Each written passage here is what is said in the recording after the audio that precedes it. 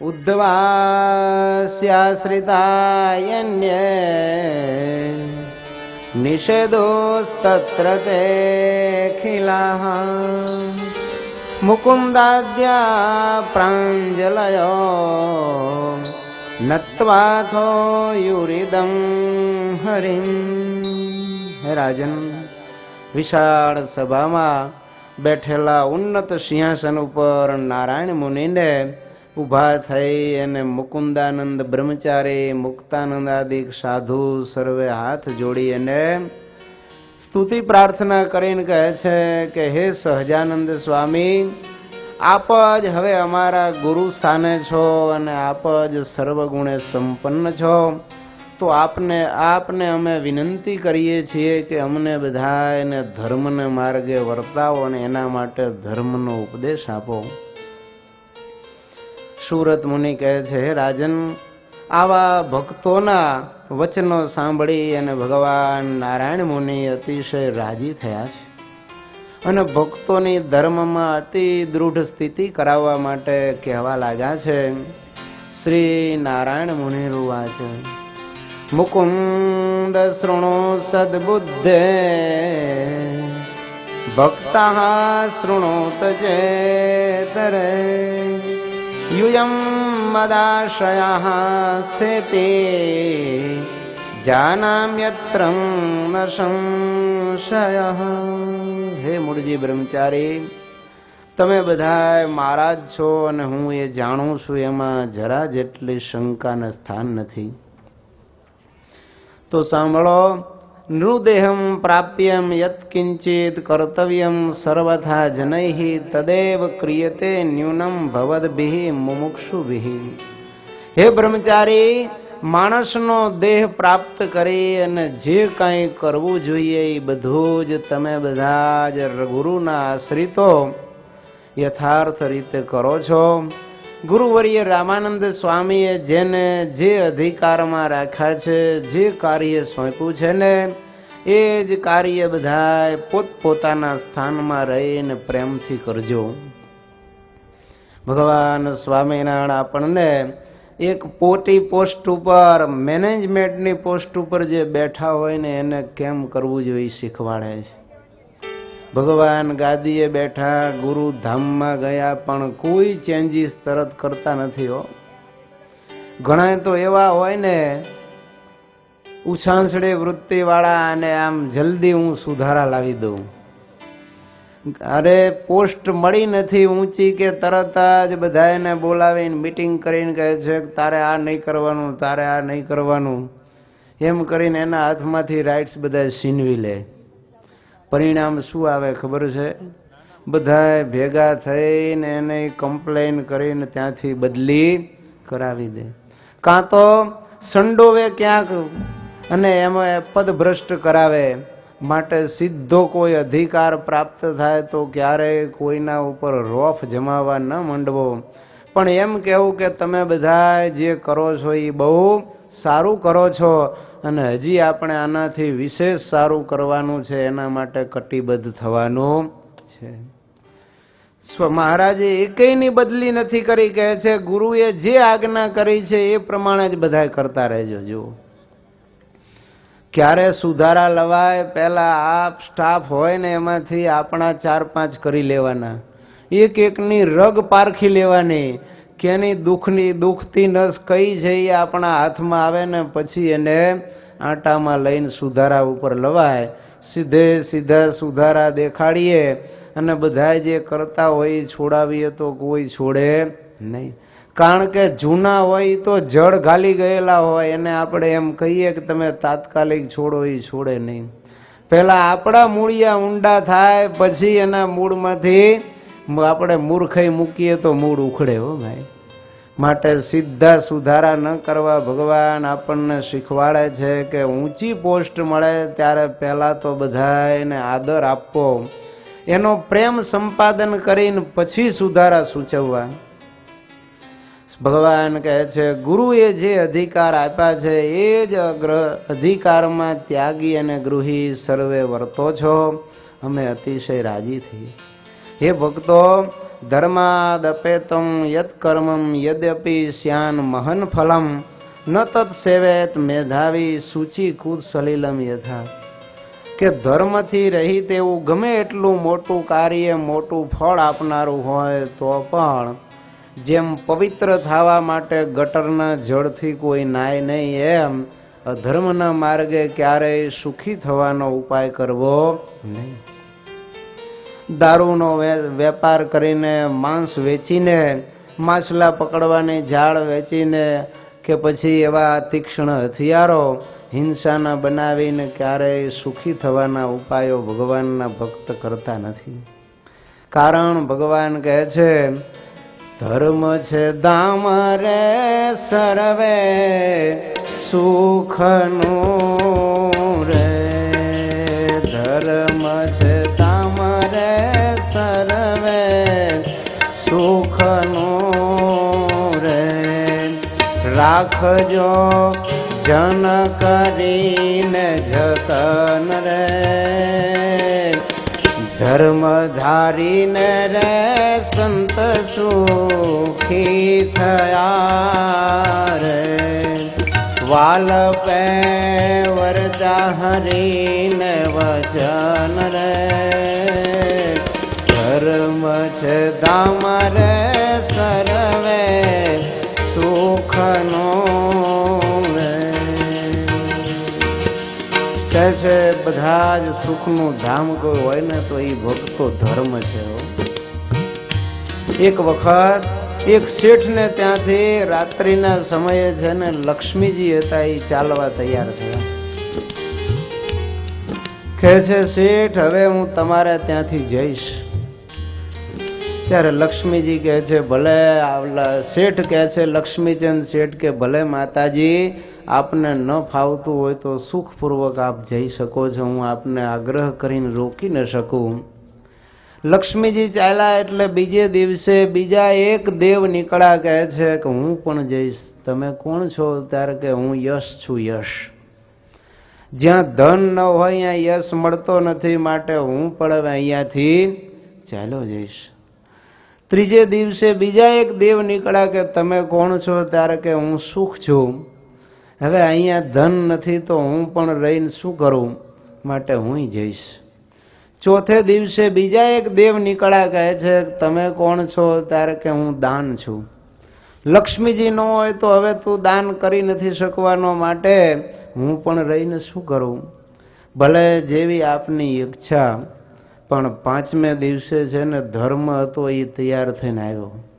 સત્યરૂપી ધર્મ કહે છે કે હવે હું જાઉં છું. ત્યારે કે કેમ? તો કહે છે જ્યાં યશ નથી, દાન નથી, સુખ નથી, ધન નથી, ત્યાં રહીને હું શું કરું?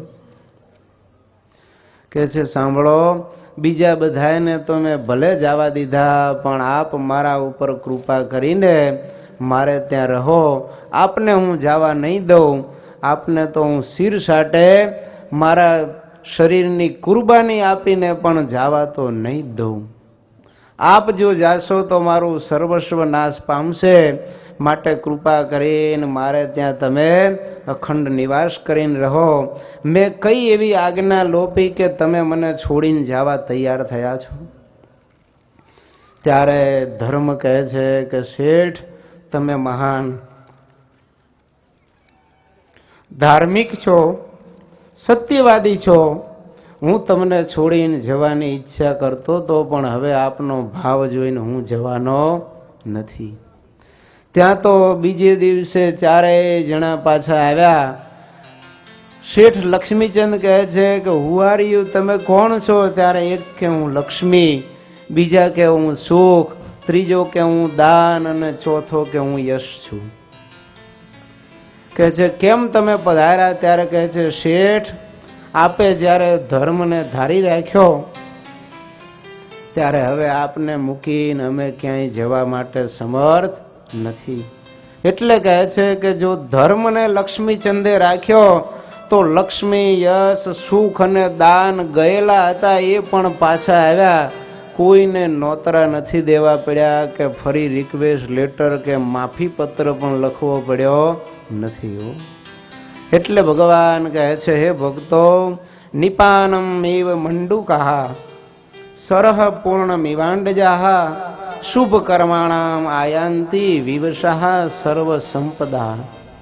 હે ભક્તો, સરોવરની અંદર પાણી ભરાય ત્યારે દેડકાઓને કોઈ આમંત્રણ પત્રિકા લખવી નથી પડતી. દેડકાઓ તરત જ આવીને સરોવરમાં નિવાસ કરે. નળ સરોવરમાં પાણી ભરાય ત્યારે દેશ વિદેશના પંખીઓ દોડીને આવે છે. કઈ નળ સરોવર જાહેરાત નથી આપતું કે મારામાં પાણી આવ્યું છે તો આવો. જેમ સરોવરની અંદર પાણી ભરાતા દેડકા અને પંખીઓ આવે છે, એમ શુભ કર્મ કરનારા, ધર્મને ધારી રાખનારા ધર્મિષ્ઠ જનોને ત્યાં સર્વે સંપત્તિ છે ને એ ભક્તો વિવશ થઈને આવે છે. સામે ચાલીને તમે ના પાડો ને તોય ઘરમાં આવીને રહે છે. એટલે મહારાજ કહે છે, હે ભક્તો, તમે ધર્મને અખંડ ધારી રાખજો. ધર્મ કોને કહેવાય તો કે આર્ય પુરુષો જેને વખાણે એનું નામ ધર્મ અને નિંદા કરે એનું નામ અધર્મ લ્યો. વેદ પ્રણિહિતો ધર્મો અધર્મસ્તદ વિપર્ય કહે છે, વેદમાં જે આજ્ઞા કરી છે એ ધર્મ અને નિષેધ કર્યો છે એનું નામ અધર્મ. સદાચાર સ્મૃતિર્વેદા ત્રિવિધમ ધર્મ લક્ષણમ સાધુનામ સમયશ્ચાપી પ્રમાણમ વેદવદ ભવેત. કહે છે, હે ભક્તો, સત્પુરુષોનો આચાર વેદમાં કહ્યું હોય અને સ્મૃતિ શાસ્ત્રમાં પણ એનું પ્રતિપાદન હોય એવા જે કંઈ આજ્ઞાઓ એને તમે ધર્મનું સ્વરૂપ જાણો છો. ભગવાન કેટલી વિચક્ષણતા વાપરે છે. ભગવાન કેવળ વેદે કહ્યું એને ધર્મ એમ નથી કહેતા, સ્મૃતિમાં કહ્યું એને પણ એકલાને ધર્મ નથી કહેતા, સત્પુરુષોના આચારને પણ એકડ કેવળ ધર્મ નથી કહેતા. કારણ વેદની અંદર તો એમ લખ્યું કે શત્રુ કામો શેન યાગેન યજેત. શત્રુને મારવો હોય તો બાજ પક્ષી હોમીને યજ્ઞ કરવો. નરમેધ યજ્ઞ, અશ્વમેધ યજ્ઞ, આવા કેટલા હિંસક યજ્ઞોનું પ્રતિપાદન વેદમાં છે. તો શું એને ધર્મ જાણશો? ભગવાન કે હરગી જ નહીં. વેદ તો કેવો છે, બાલાનું શાસનમ, બાળકોને ધીરે ધીરે ઉપદેશ આપી એને કેવી રીતે તો કે એક વસ્તુ હાથમાં આપીને બીજી લઈ લેવી. ધીરે ધીરે હિંસાના સંકોચ માટે વેદની અંદર હિંસાની અનુમતિ આપી છે, નહીં કે વેદમાં હિંસાનું તાત્પર્ય છે.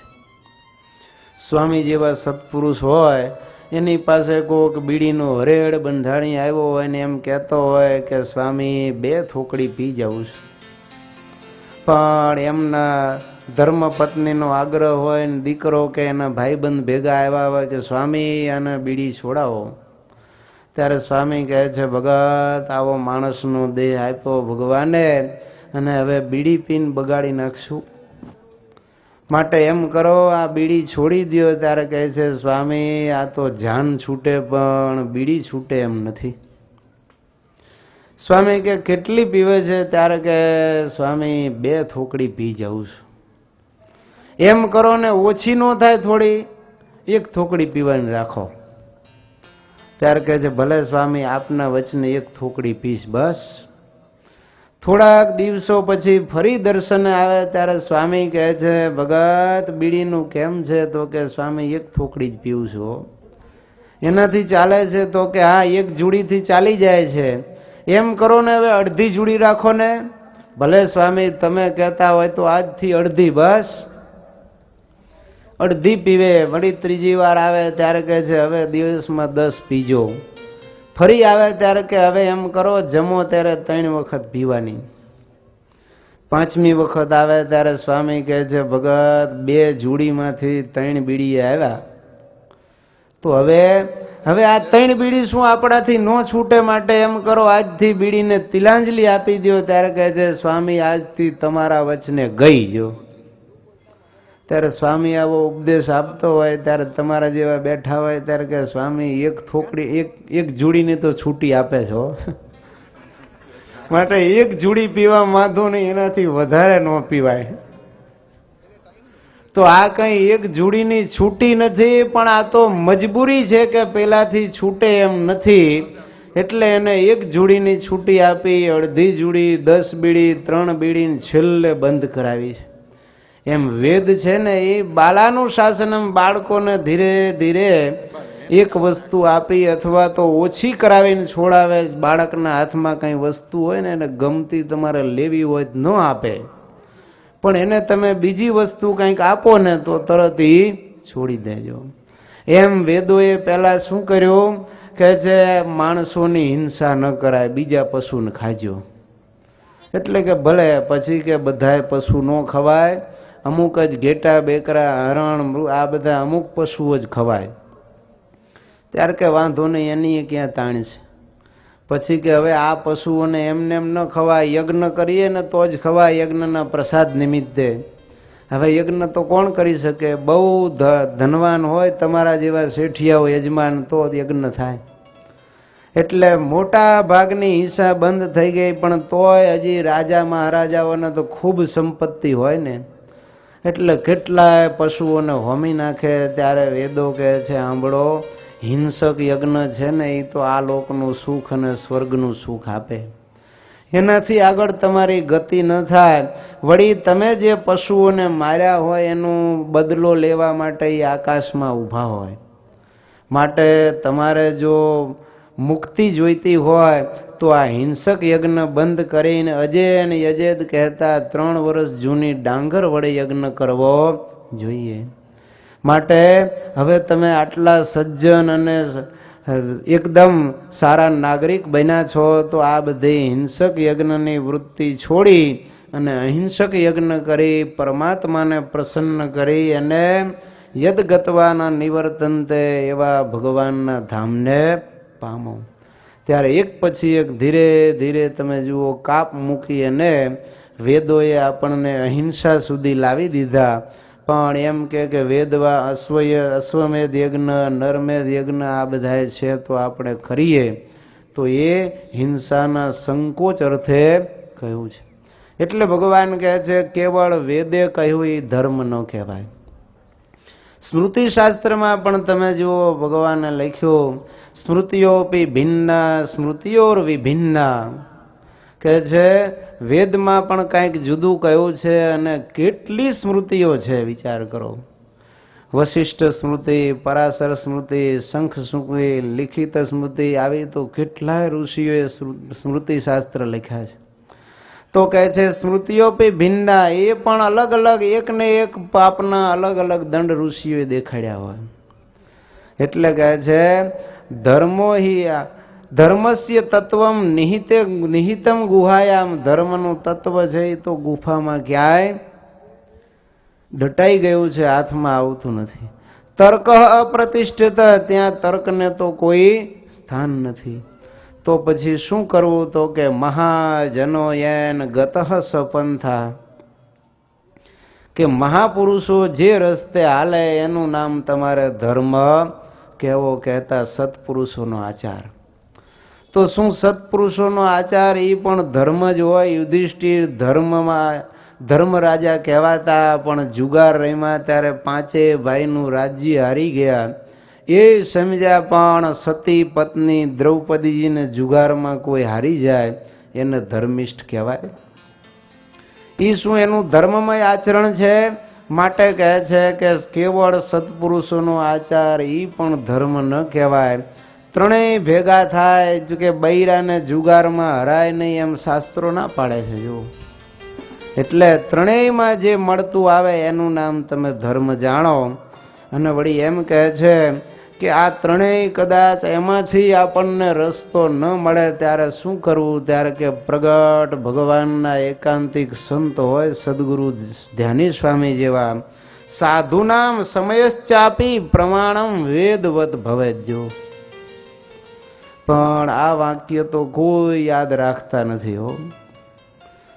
બીજા પ્રકરણનો તમે જુઓ, પ્રથમ અધ્યાયનો આ શ્લોક છે, લગભગ 16 નંબર હશે કદાચ. ભગવાન નારાયણ મુનિ કહે છે કે તમારું મન જ્યારે ધર્મ અને અધર્મ વચ્ચે ઝોલા ખાતું હોય ને, માર્ગ ન મળતો હોય, ત્યારે સ્વામી જેવા સત્પુરુષ પાસે જઈ અને હાથ જોડીને રોમાંચિત ગાત્રે ગદગદ કંઠે થઈને પ્રાર્થના કરીને એમ કહેજો કે આ બાબતમાં મતિ બે ભ્રમતી, મારી મતિ છે ને એ ભ્રમી જાય છે, મને કોઈ રસ્તો મળતો નથી, કાર્ય અકાર્યનો મને કોઈ વિવેક નથી, માટે કૃપા કરીને મને એ બતાવો કે આમાં મારે શું કરવું. ત્યારે એ સમય ઉપર સાધુનામ વાક્યમ પ્રમાણમ વેદવત ભવે, ત્યારે આવા સંતોનું વાક્ય છે અને વેદ તુલ્ય પ્રમાણરૂપ જાણી અને ભગવાન કહે છે એની આજ્ઞા પ્રમાણે વર્તવું એ પણ સાચો ધર્મ છે. સુરત મુનિ કહે છે, હે પ્રતાપસિંહ રાજન, ભગવાન નારાયણ મુનિ ધર્મનો મહિમા ગાતા એમ કહે છે કે હે ભક્તો, ધર્મ ચિંતય માનોપી યદિ પ્રાણૈર વિયુજ્યતે તર્હિ સ્વર્ગમ અવાપ્નોતિ કિમ પુનઃ ઇમ આચરણ.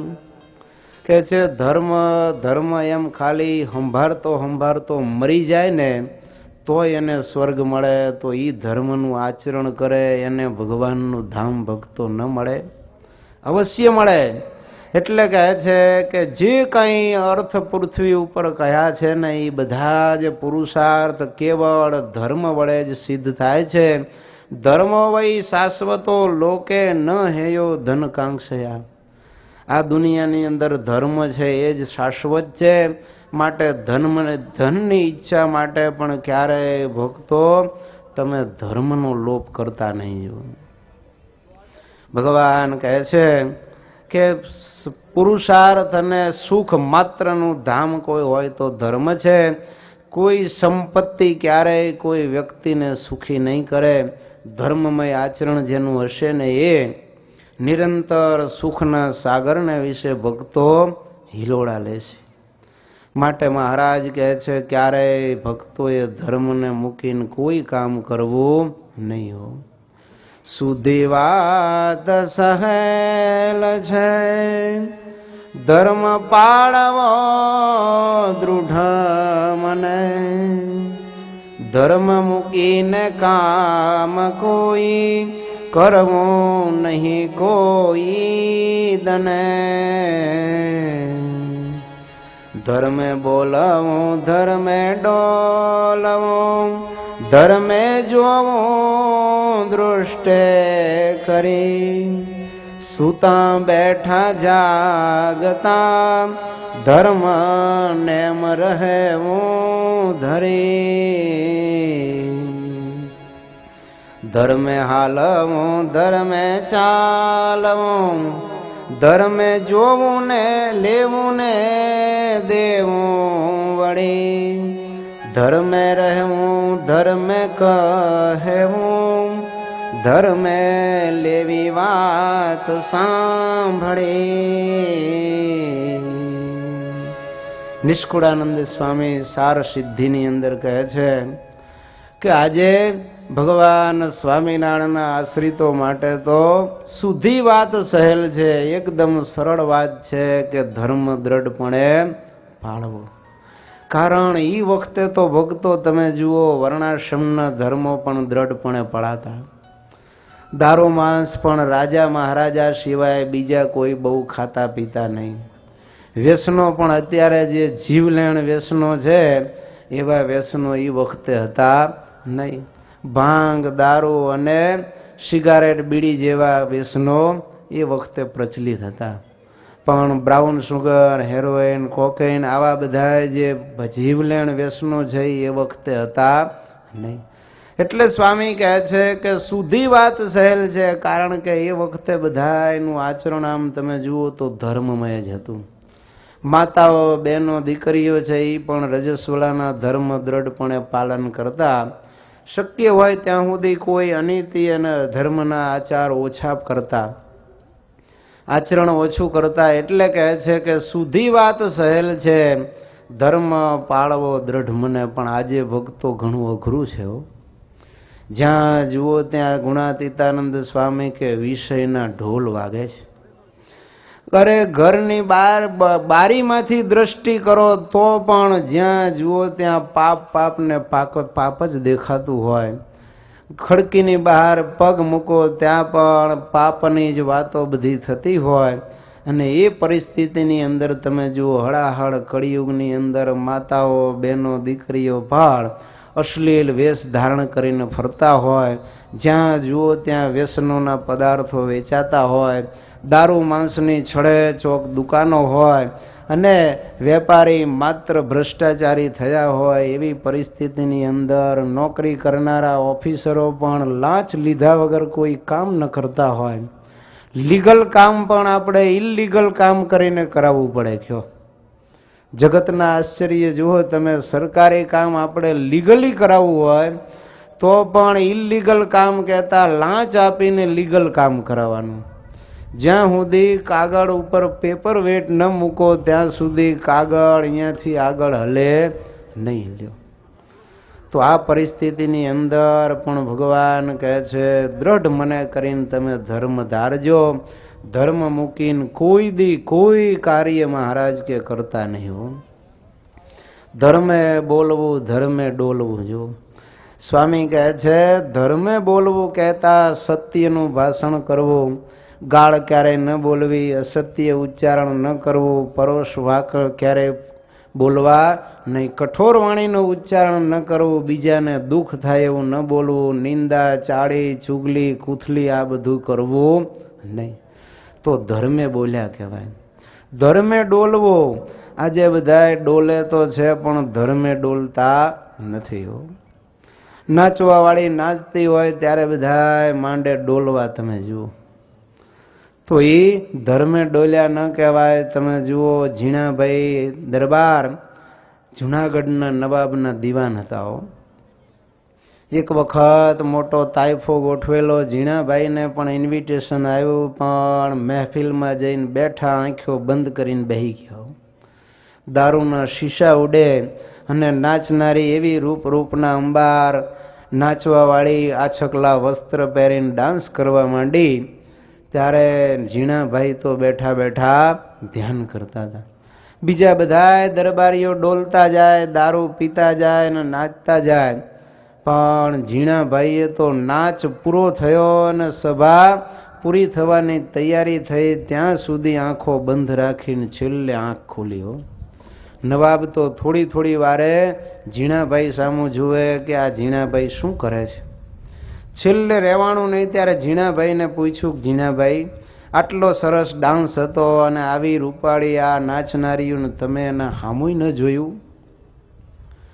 તમને આની મસ્તી ન ચડી? તમે ડોલ્યા નહીં? ત્યારે કહે છે અમારા ભગવાનની ના છે કે પારકી નારીને નિરખીને ક્યારેય જોવું નહીં, આ ધર્મે જોયું. જુઓ ક્યારેય અમે પારકી નારીના રૂપ જોતા નથી અને આવા ડાન્સ ચાલતા હોય તો એમાં અમે ડોલતા નથી. અમે તો ભગવાનના સંતો ભક્તો કથા કીર્તન ગાય કે ધૂનની રમઝટ બોલાવે ત્યારે નાચીએ ને ડોલીએ. જો તો એને ધર્મે ડોલ્યા કહેવાય. પણ ક્યાંક હોલની અંદર નાટક ચાલતા હોય ને ત્યાં પાત્રો આવીને એવે બીભત્સ ડાન્સ કે નૃત્ય કરતા હોય, અથવા તો ક્યાંક કોકના લગ્ન હોય ને એમાં પણ ન છાજે એવી બધી પ્રવૃત્તિઓ ચાલતી હોય. ઘણા તો તમે જુઓ હવે મોટા હોલની અંદર ડાન્સ પાર્ટીઓ રાખે અને ગમે એની સાથે ગમે ભાઈઓ બહેનો નાચતા હોય, ડોલતા હોય. આ ભક્તો ધર્મે ડોલ્યા કહેવાય. માટે સત્સંગીઓએ કદાચ રાસ ગરબા રાખે તો પણ ભગવાનના કીર્તનો ગવડાવવા અને મર્યાદામાં રહીને રાસ ગરબા લેવા, પણ ગમે એની સાથે નાચે એ ધર્મે ડોલ્યા કહેવાય નહીં. વળી કહે છે કે ધર્મ કેવું તો કે ધર્મે જોવું દ્રષ્ટે કરી. ઝીણાભાઈની જેમ આંખ ઊંચી કરીને જોયું નહીં, એમ ભગવાનના ભક્તોએ ધર્મે ક્યારેય જોવું નહીં. જો અર્જુનભાઈ હતા ઉપલેટાના, એમની દીકરી 14-15 વર્ષની થઈ, સગપણ કરવાનું હતું.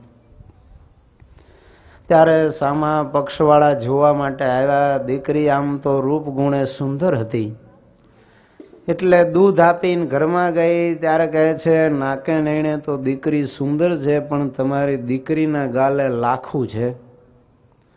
ત્યારે અર્જુન ભગત કહે છે હશે, મને ખબર નથી.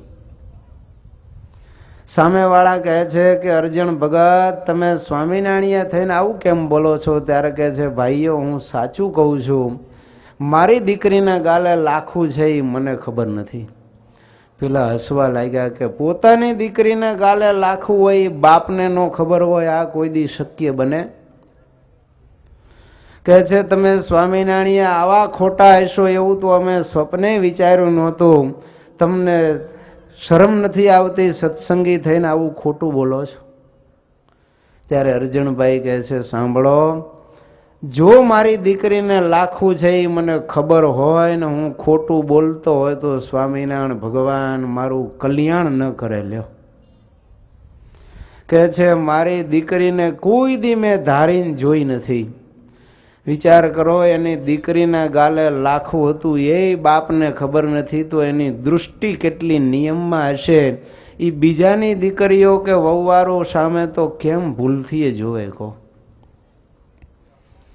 જો અધર્મે અજામિલે જોયું એક વેશ્યાને પાપી પુરુષ સાથે વ્યભિચાર કરતો જોયો તો બુદ્ધિ બગડી અને સતી નારી અને પિતા પુત્ર પરિવારનો ત્યાગ કરીને વેશ્યા સાથે ઘરવાસ કર્યો. જો માટે ભગવાન કહે છે ધર્મે જોવું દ્રષ્ટે કરી, સૂતા બેઠા જાગતા ધર્મને એમ રહેવું ધર્યું.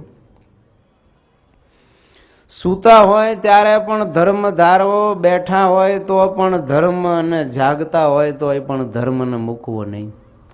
સત્સંગીઓ હોય જાગ્રત અવસ્થામાં તો કદાચ ધર્મને ન લોપે, પણ સ્વપ્ન અવસ્થા આવે ને ત્યારે સ્વપ્નમાં કોઈ રૂપાળી નારી દેખાય, ધનનો ઢગલો દેખાય, અને એ વખતે જો આપણી બુદ્ધિ એમાં આસક્ત થાય, લેવાનું મન થાય ને તો આપણે સૂતા ધર્મ ધાર્યો કહેવાય નહીં. એ વખતે પણ આપણને એમ થાય કે હું તો ભગવાન સ્વામિનારાયણનો સત્સંગી છું, હું સાધુ છું, મારે આ પારકી નારીનું રૂપ જોવાય નહીં, અથવા તો મને તો અષ્ટાંગ બ્રહ્મચર્યની ત્યાગીને આજ્ઞા છે, માટે મારે આ સ્ત્રી ભલે અપ્સરા જેવી રૂપાળી હોય તો એ જોવાય નહીં. બેઠક ઉઠક પણ ધર્મમય રાખવી. અસુરોની સંગાથે, વ્યસનીઓની સંગાથે, દારૂ જુગાર ખાનારા પીનારા વેચનારા કે પછી વ્યભિચાર કરનારા એવા પાપી પુરુષોની સાથે, ચોર સંગાથે, ગઠિયાઓ લૂંટારા ડાકુ સાથે ક્યારેય બેઠક રાખવી નહીં. એ ધર્મે બેઠા ન કહેવાય. એટલે કહે છે કે સૂતા બેઠા જાગતા ધર્મને એમ રહેવું ધરીજો.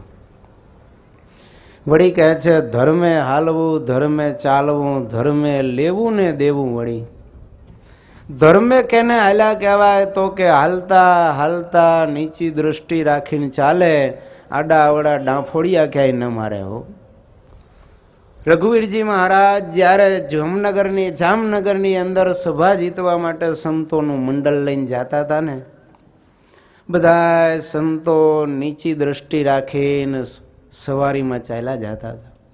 ત્યારે જામનગરની બાઈઓ બધી દર્શન કરવા રાજમાર્ગ ઉપર ઊભી હશે ને, આ સંતોની નીચી દ્રષ્ટિ જોઈને બોલી કે આવા સાધુ છે એ તો ભગવાનના સાધુ છે.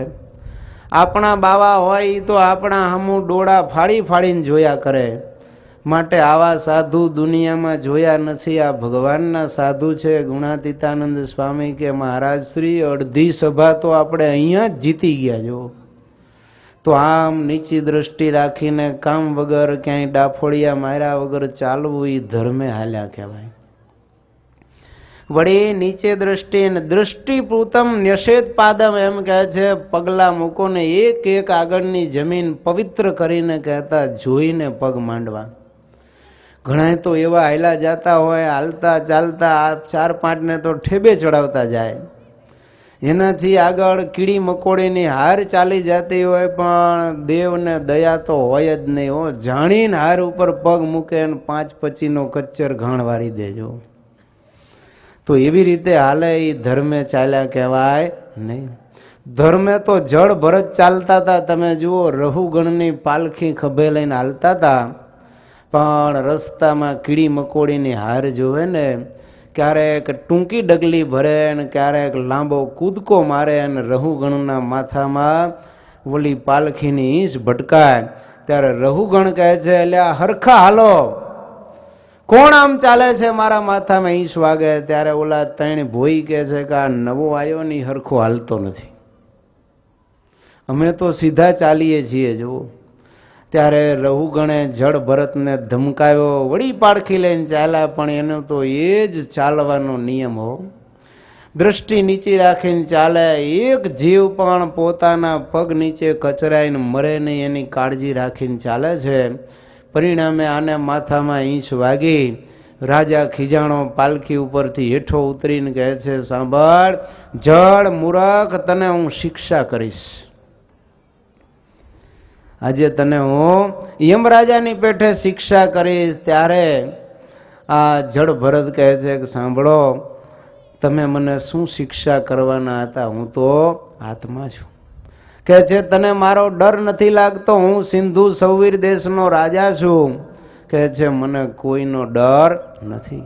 અરે તું સીધો કેમ નથી ચાલતો? કહે છે સાંભળ, હું તો સીધો જ ચાલું છું.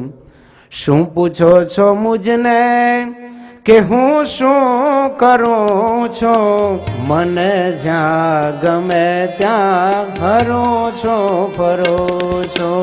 શું પૂછો છો મુજને કે હું શું કરું છું? મને જ્યાં ગમે ત્યાં હરું છું, ફરું છું.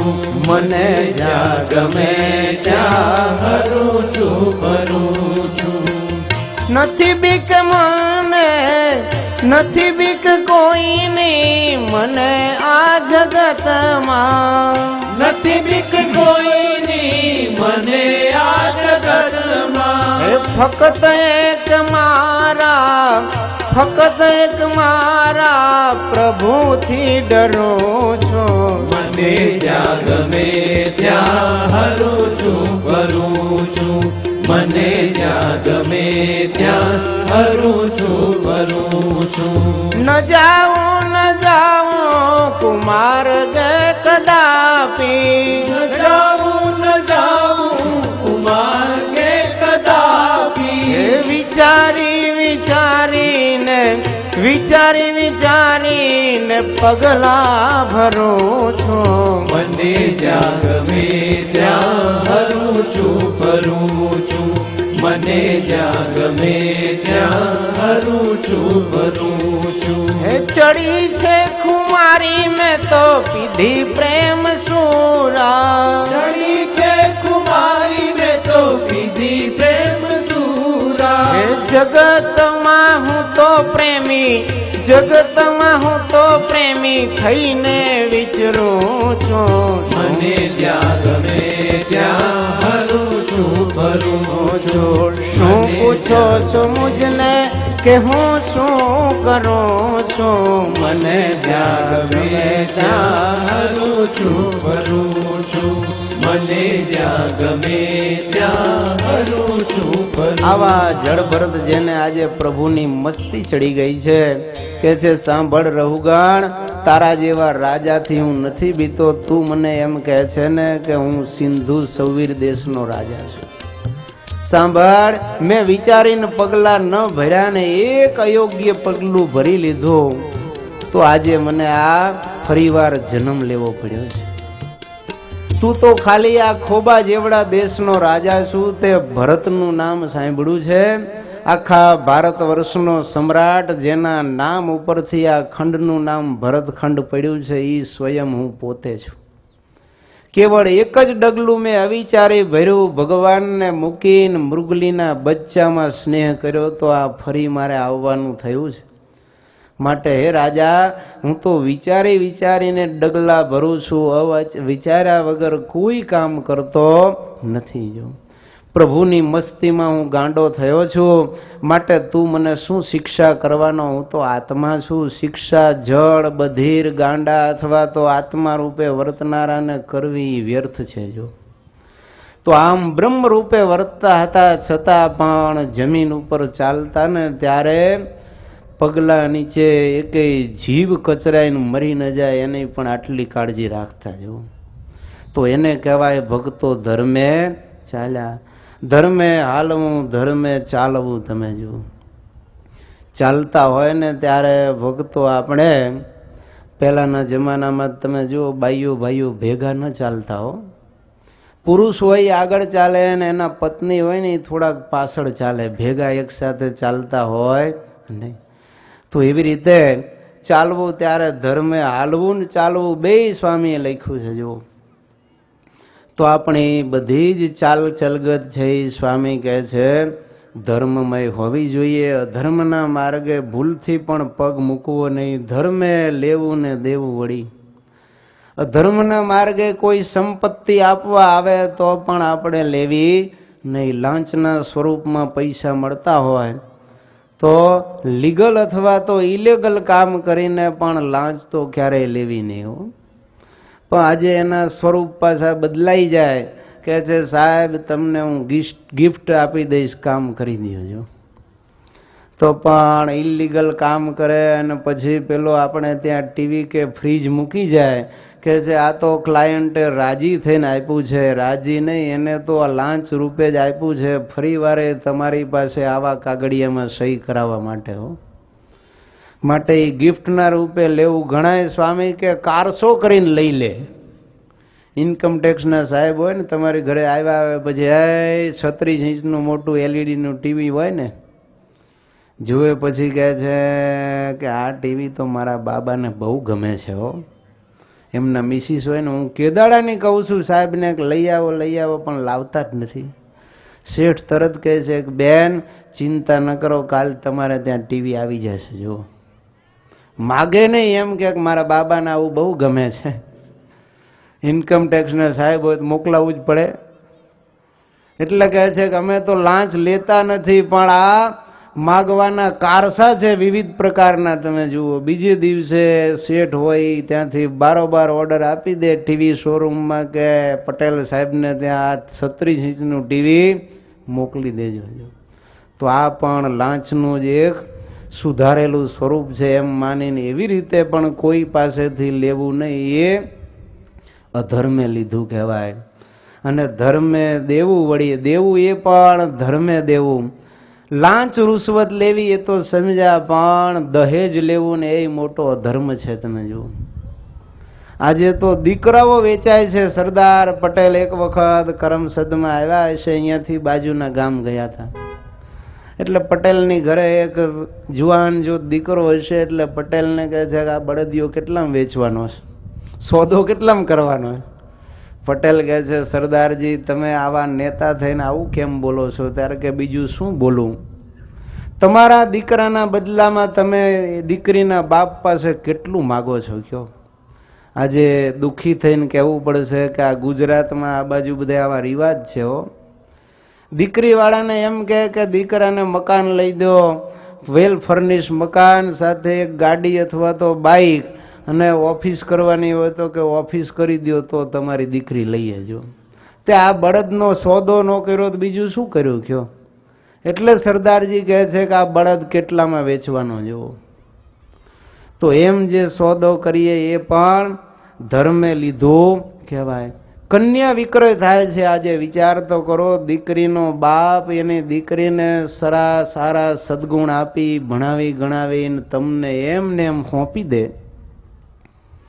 અને એની પાસે તમે આટલા રૂપિયા માગવા યોગ્ય કહેવાય? ઉલટાની પતિની ફરજ છે જમાઈની કે એનું ઋણ સ્વીકાર કરવું જોઈએ કે મારી પત્નીને તમે વિહવરાની કરી અને સારા સદગુણો આપ્યા અને કોઈ પણ રિવોર્ડની આશા રાખ્યા વગર મને તમે એમને એમ ઉલટાની 25 તોલા હોનું લઈ શણગારીને મારું ઘર હલાવવા માટે મોકલી દીધી. આવો શુભ વિચાર કોઈ જમાઈને આવે છે? સસરા અને સાસુનો સાડીનો આભાર માનવાને બદલે એમ થાય છે કે હું તો આના ઉપર ઉપકાર કરું છું કે આની દીકરીને કોઈ લેતું નહોતું ને મેં લીધું. આ બારદાન ક્યાંય હાલે એવું નહોતું ને હું સાચવું છું. પણ બારદાને તને આપે કોને? હું એમ કહું છું. લાકડે માકડું બજાડ્યું એ તો વિચાર નથી કરતો. તને કોઈ દેતું નહોતું ત્યારે આ બારદાન તે લીધું છે, કઈ અમથું નથી લીધું. અથવા તો 3 લગ્ન કર્યા અને આ ચોથી વખતે 45 વર્ષે આપે કોણ? એ વખતે આ આપ્યું એનો ઉપકાર નહીં માનવાનો? માટે આવી પરિસ્થિતિની અંદર જો જમાઈ સસરા પાસે માગે, ઘણા તો એવા હોય છે કે સસરાની સંપત્તિ ઉપર જ નજર રાખીને બેઠા હોય છે. ધિક્કાર છે એવા જમાઈને એને પુરુષોત્તમ લાગ્યું કહેવાય, એને તો હિજડો કહેવાય. હું એમ કહું છું કે જે સસરાની સંપત્તિ ઉપર નજર રાખીને જીવે છે એનામાં કમાવાની ત્રેવડ નથી તો પરણ્યો શું કામ? તમે જ વિચાર કરો કે સામાન્ય પરિસ્થિતિની અંદર તમે હોય ને તમારી દીકરી કે બેન સર્વગુણે સંપન્ન હોય, સારા ઘરનું માગું આવ્યું હોય ને એ વખતે એ તમારી પાસે આવું માગે, તમે એને આપી ન શકો ને તમારી દીકરી સારા ઘરના સંબંધથી વંચિત રહી જાય, ત્યારે તમારો અંતરાત્મા કેટલો ડંખે કે પ્રભુ તારા ઘરમાં આ ન્યાય, અમારી દીકરી સર્વગુણે સંપન્ન છે, સતી નારી થાય એવા સર્વ શુભ ગુણો યુક્ત, અને છતાંય અમે દહેજ નથી આપી શકતા, એ વાંકે અમારી દીકરીને સારું ઘર ન મળે. માટે જુવાની આવવાને હું તો કહું છું કે તમારામાં કવાની તેવડ ન હોય તો આવી જાયજો અમારા ભેગા, હાથમાં લઈને માળા ફેરવજો, આત્માનું કલ્યાણ થશે ને જગતમાંથી અપકીર્તિ મટશે. હો, સંસાર ચલાવવાની તેવડ ન હોય, પત્ની અને મા બાપ અને પુત્ર પરિવારનું પાલન કરવાની ત્રેવડ ન હોય અને સંસાર માંડવો એ જરાય યોગ્ય કહેવાય નહીં. એમ ઘણા દીકરીના મા બાપ પણ માગતા હોય તો એ પણ ભક્તો કન્યા વિક્રય કરવો ને એ મહા મોટું પાપ છે. દીકરી તો ભક્તો પારકી થાપણ કહેવાય, એને તો આપણે રૂડા સંસ્કારો આપી અને ઘરની સંપત્તિ પ્રમાણે શણગારીને દીકરીના દાન લેવાના હોય. દીકરીના પૈસા ઉપર બાપ જીવે ને એને કસાઈ કહેવાય ભક્તો, કસાઈ. માટે ભૂલથી એ દીકરીના પૈસાને સ્વપ્ને પણ સંકલ્પ ન કરવો. આપણા પૂર્વજોના વિચાર કરો ભક્તો, એ વખતના નિયમો તો જુઓ. દીકરીના ઘરનું પાણી એ બાપ ન પીવે. હો, સારા માઠા પ્રસંગે જવાનું થાય ને, આજે ઘણા વડીલો મેં એવા જોયા છે કે સારા માઠા પ્રસંગે જવાનું થાય ને તો દીકરીના ઘરે પાણી ન પીવે, પડોશીના ઘરે જઈને પાણી પીવે. એ આ નિયમ શું સૂચવે છે ખબર છે? દીકરીનું પાણી એ ન પીવાય તો શું એના પરિવારનું લોહી તમારે પી જવાનું? હું એમ કહું છું.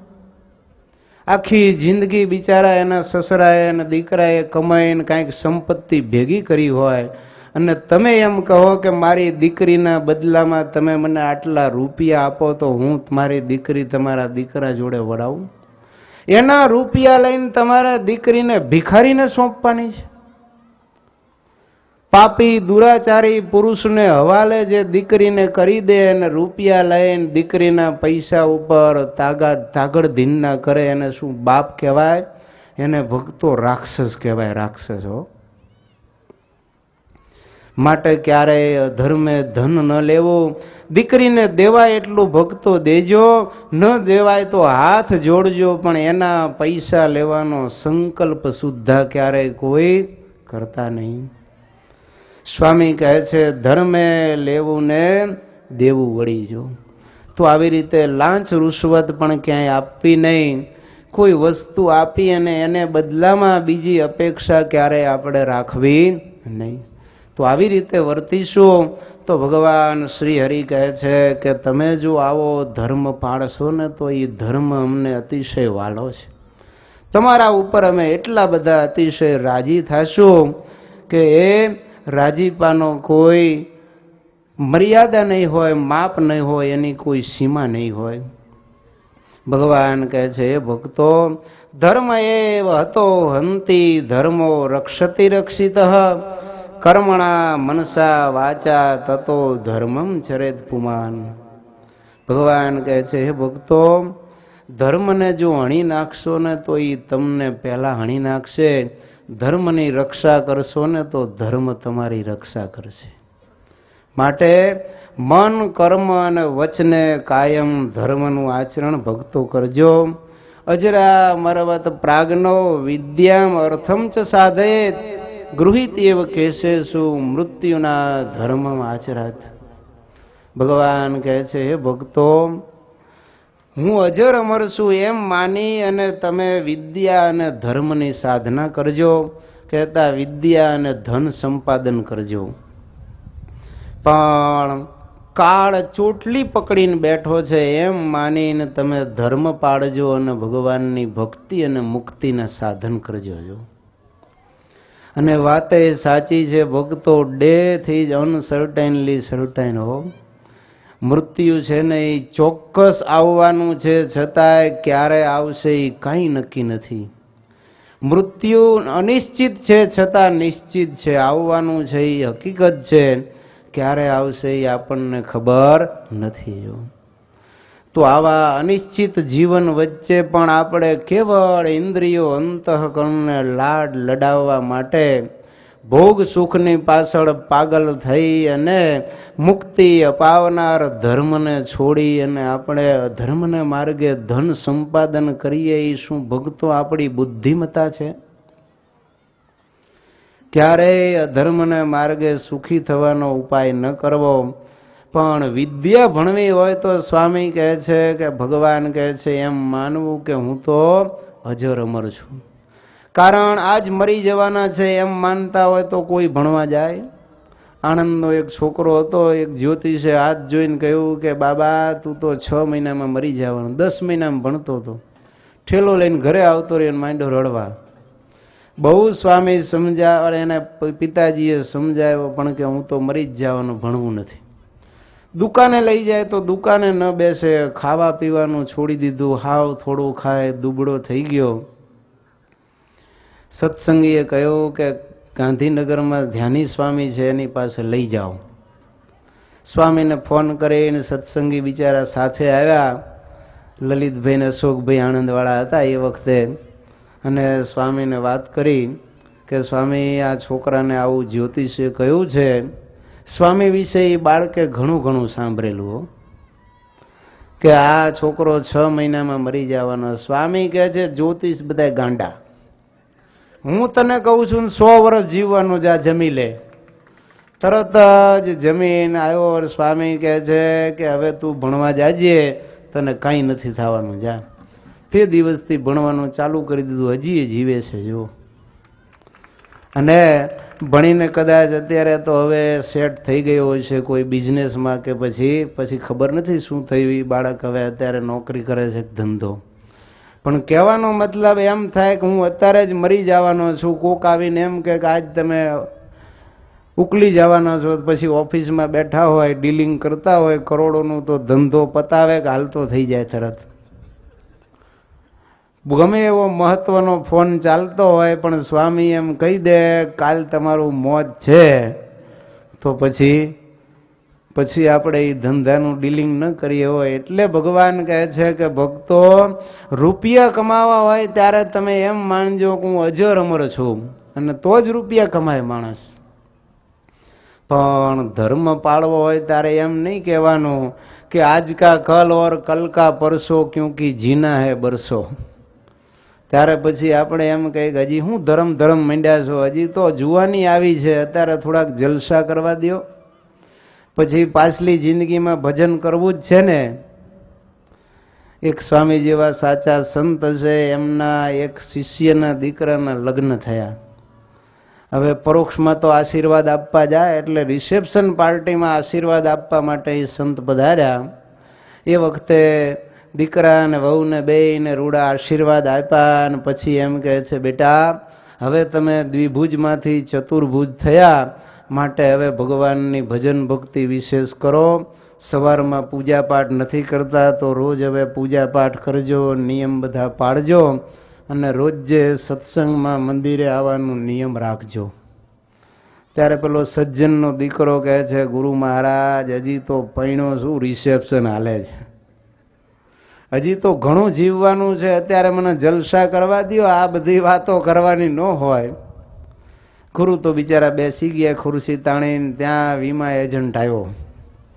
અને આ બધા એજન્ટો તો એવા હોય ને ભાઈ, બોલવામાં એટલા જ ઉસ્તાદ હોય કે ખરા એજન્ટ એને કહેવાય ટાલિયાને પણ કાંસકો ભટકાડી દે. એટલો કાંસકાનો મહિમા સમજાવે કે એમ કે તમે આ કાંસકો ફેરવશો તો વાળ ઉગશે, પણ આપીને જાય લ્યો. ઓલો ન લેવો હોય તો લઈ લે. એ આવીને કહે છે કે કોંગ્રેચ્યુલેશન, બહુ સરસ, લ્યો તમારા લગ્ન થયા.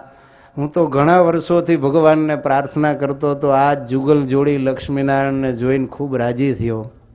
પણ એમ કરો, હવે તમે પરિણ્યા એટલે હોમ મિનિસ્ટરની પણ રિસ્પોન્સિબિલિટી તમારા ઉપર આવે, એટલે તમે હવે વીમો 5 લાખનો ઉતરાવી લ્યો. એટલે પેલા તરત કહે છે, પપ્પા આ જરાક આવ્યા છે તો એમને વીમો ઉતરાવી લેજો. ત્યારે ગુરુ ઊભા થઈને કહે છે કે બેટા, વીમો ઉતરાવવાની શું જરૂર છે? તું તો કહેતો ન કે હું તો ગઢપણમાં 80 વર્ષ ભગવાન ભજીશ, તો હવે 80 વર્ષ તો તું જીવવાનો જ છે, અત્યારે વીમો ઉતરાવવાની શું જરૂર છે?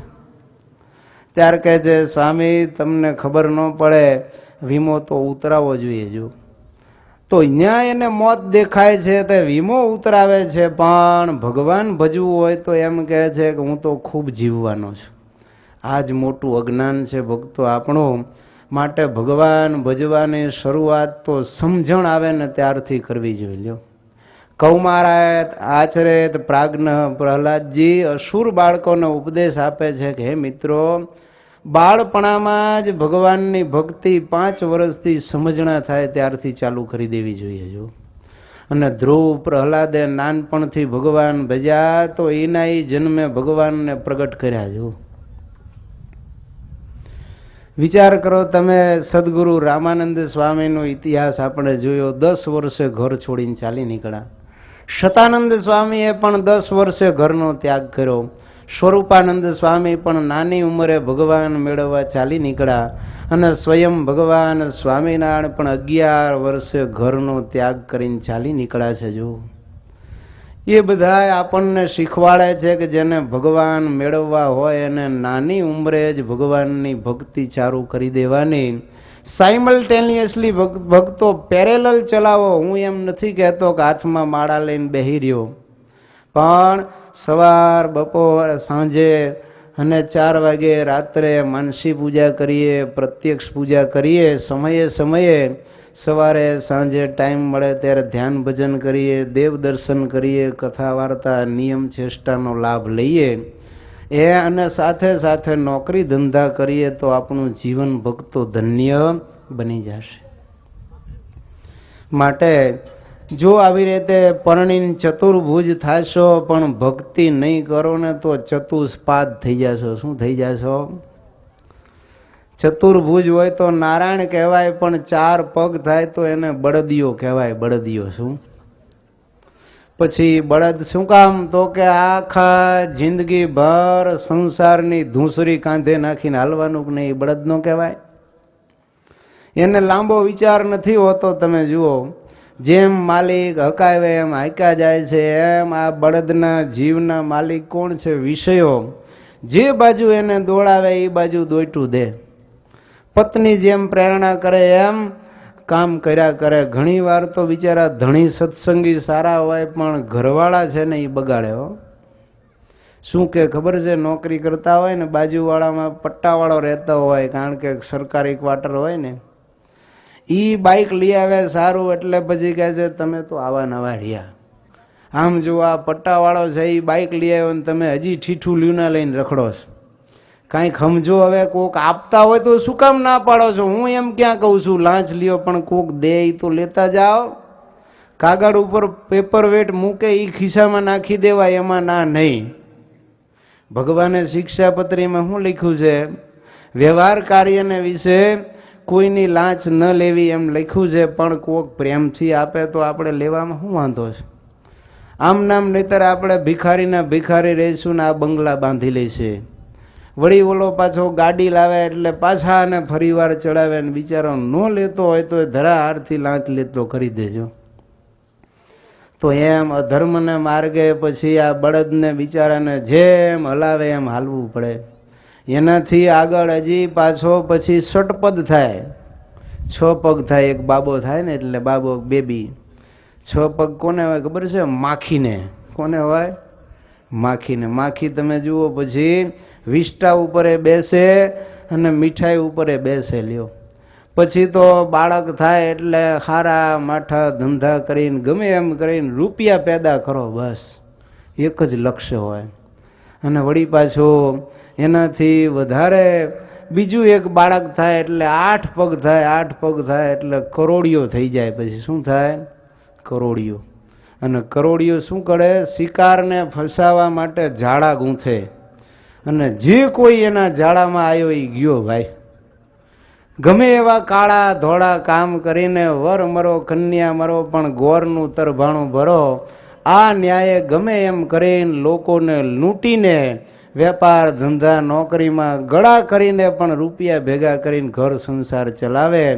માટે ભક્તો માણસ મટીને કરોડિયો ન થતા, માખી ન થતા, બળદ ન થતા, પણ એકાંતિક ભક્ત બનજો. ભલે પરણો એને ના નથી, પણ લક્ષ્મી ને નારાયણ જોડી બની અને ભગવાનની ભક્તિ કરીને મુક્તિ મેળવાય એવા સાધનો આપણે જો ધર્મ ધારીને વર્તીએ તો થાય. માટે લક્ષ્મી નારાયણ એવા આશીર્વાદ આપે તો લક્ષ્મીને નારાયણ બનીએ. શિવ પાર્વતી જેવા રૂડા આશીર્વાદ બ્રાહ્મણો આપે તો એના જેવી આપણે પણ જીવનમાં આચરણ કરી અને એવી ભક્તિ કરીને ભગવાનને પ્રસન્ન કરી લઈએ તો એ ગૃહસ્થાશ્રમ કહેતા દાંપત્ય જીવન આપણું મુક્તિનું સાધન બની જાય.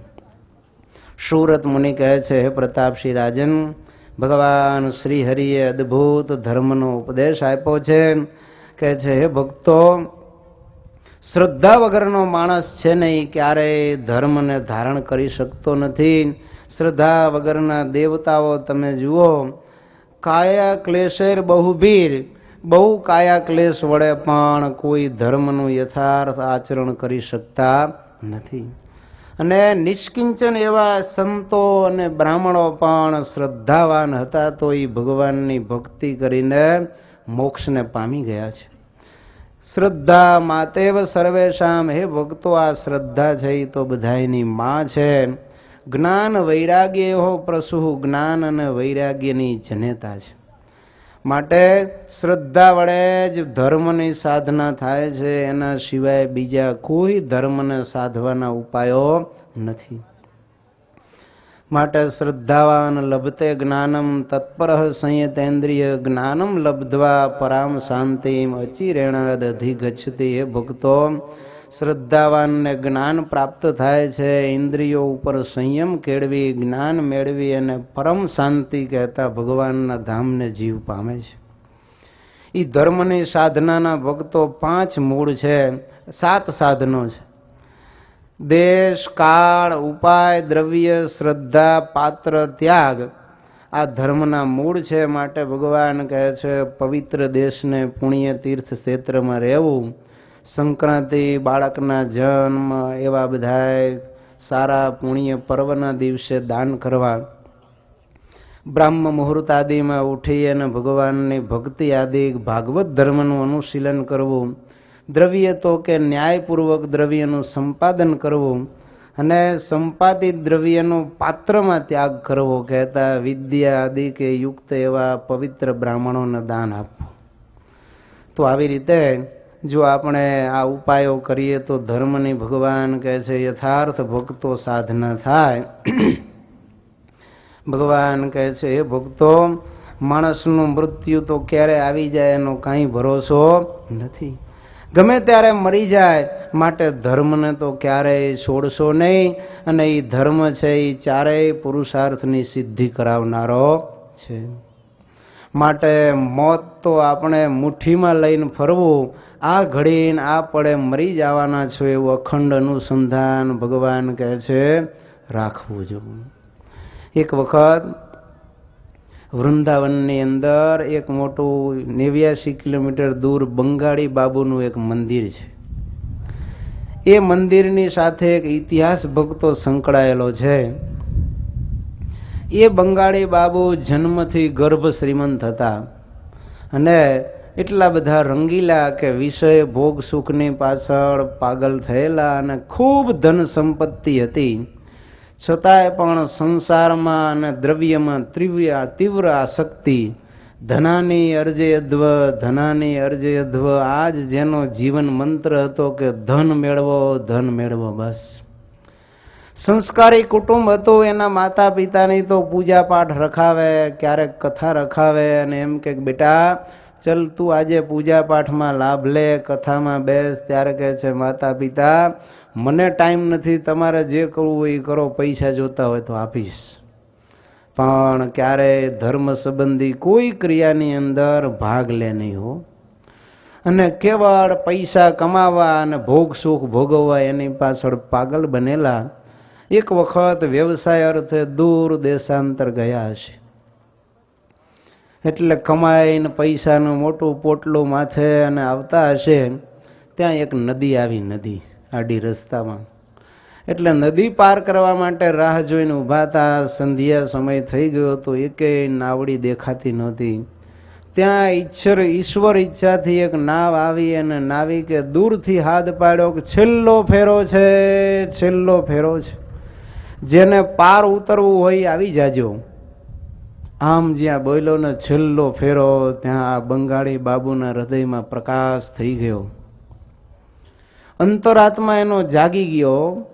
પૈસા દઈને નદીમાં નાવમાં બેસીને પાર ઉતરીને ઘરે તો આવ્યો, પણ ઘરે આવીને બધી સંપત્તિ જે કાંઈ હતું એ પત્ની અને પુત્રને સોંપી દીધું. અને કહે છે સાંભળો, મારે હવે આ છેલ્લો ફેરો કરી લેવો છે. હવે મારે આ સંસારમાં ક્યાંય આસક્તિ રાખવી નથી. હવે તો ધર્મ નિયમ દ્રઢપણે પાળી ભગવાનની ભક્તિ કરવી અને ભવસાગરને તરીને આ છેલ્લો ફેલો કરીને મુક્તિ મેળવી લેવી છે. અને ઘર છોડીને ચાલી ગયો. જો આપણે ઘણીવાર ભક્તો આવા શબ્દો તો સાંભળતા આવીશું, છેલ્લો ફેરો, પણ આપણને હજી એમ થાય છે ઘણાય ફેરા મારવા છે, છેલ્લો ફેરો કરવાની ઈચ્છા થતી નથી. જો એવી તીવ્ર ઈચ્છા જાગી જાય તો આ ધર્મને વિશે આપણી દ્રઢ મતિ થાય. અને સાધારણ ધર્મ તો ખરા, પણ ભાગવત ધર્મનું અનુશીલન કરી અને ચોક્કસ આ જીવ છે એ છેલ્લો ફેરો કરી લેવો. કેવળ એક જ વાક્ય તમે જુઓ કેવી જીવનમાં જાગૃતિ લાવી દીધી કે વિષયમાં ગળા ડૂબેલા ચોટલી સુધી માયામાં ખૂંપેલા એ શેઠ પણ પૂર્વનો કોઈ સંસ્કાર જાગૃત થયો ને ઘર છોડીને ચાલી નીકળ્યા, છેલ્લો ફેરો કરી લીધો. જો એક જ વાક્ય ઘણીવાર ભક્તો છે ને એ સાજા સજ્જનોનું જીવન પરિવર્તન કરવા માટે પર્યાપ્ત હોય છે.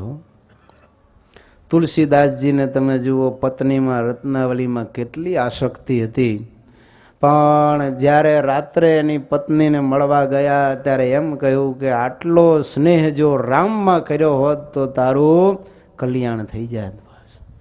એક જ વાક્ય એને અડી ગયું અને ઘર છોડીને ચાલી નીકળ્યા. અને સ્ત્રી આસક્ત જીવમાંથી રામાસક્ત સંત બની ગયા તમે જુઓ. અને એ તુલસીદાસે પછી રામચરિત માનસની રચના કરી કે જેને વાંચી સાંભળીને આજે કેટલા જીવ વૈકુંઠને પામે છે. એના એ તુલસીદાસને આ મીઠી ટકોર ન થઈ હોત ને કદાચ અંતરાત્મા જાગ્યો ન હોત તો આ માનસ આપણા હાથમાં હોત નહીં. જુઓ તો આવી ટકોર તો તમને ઘણાને ઘણી વાર થતી હશે.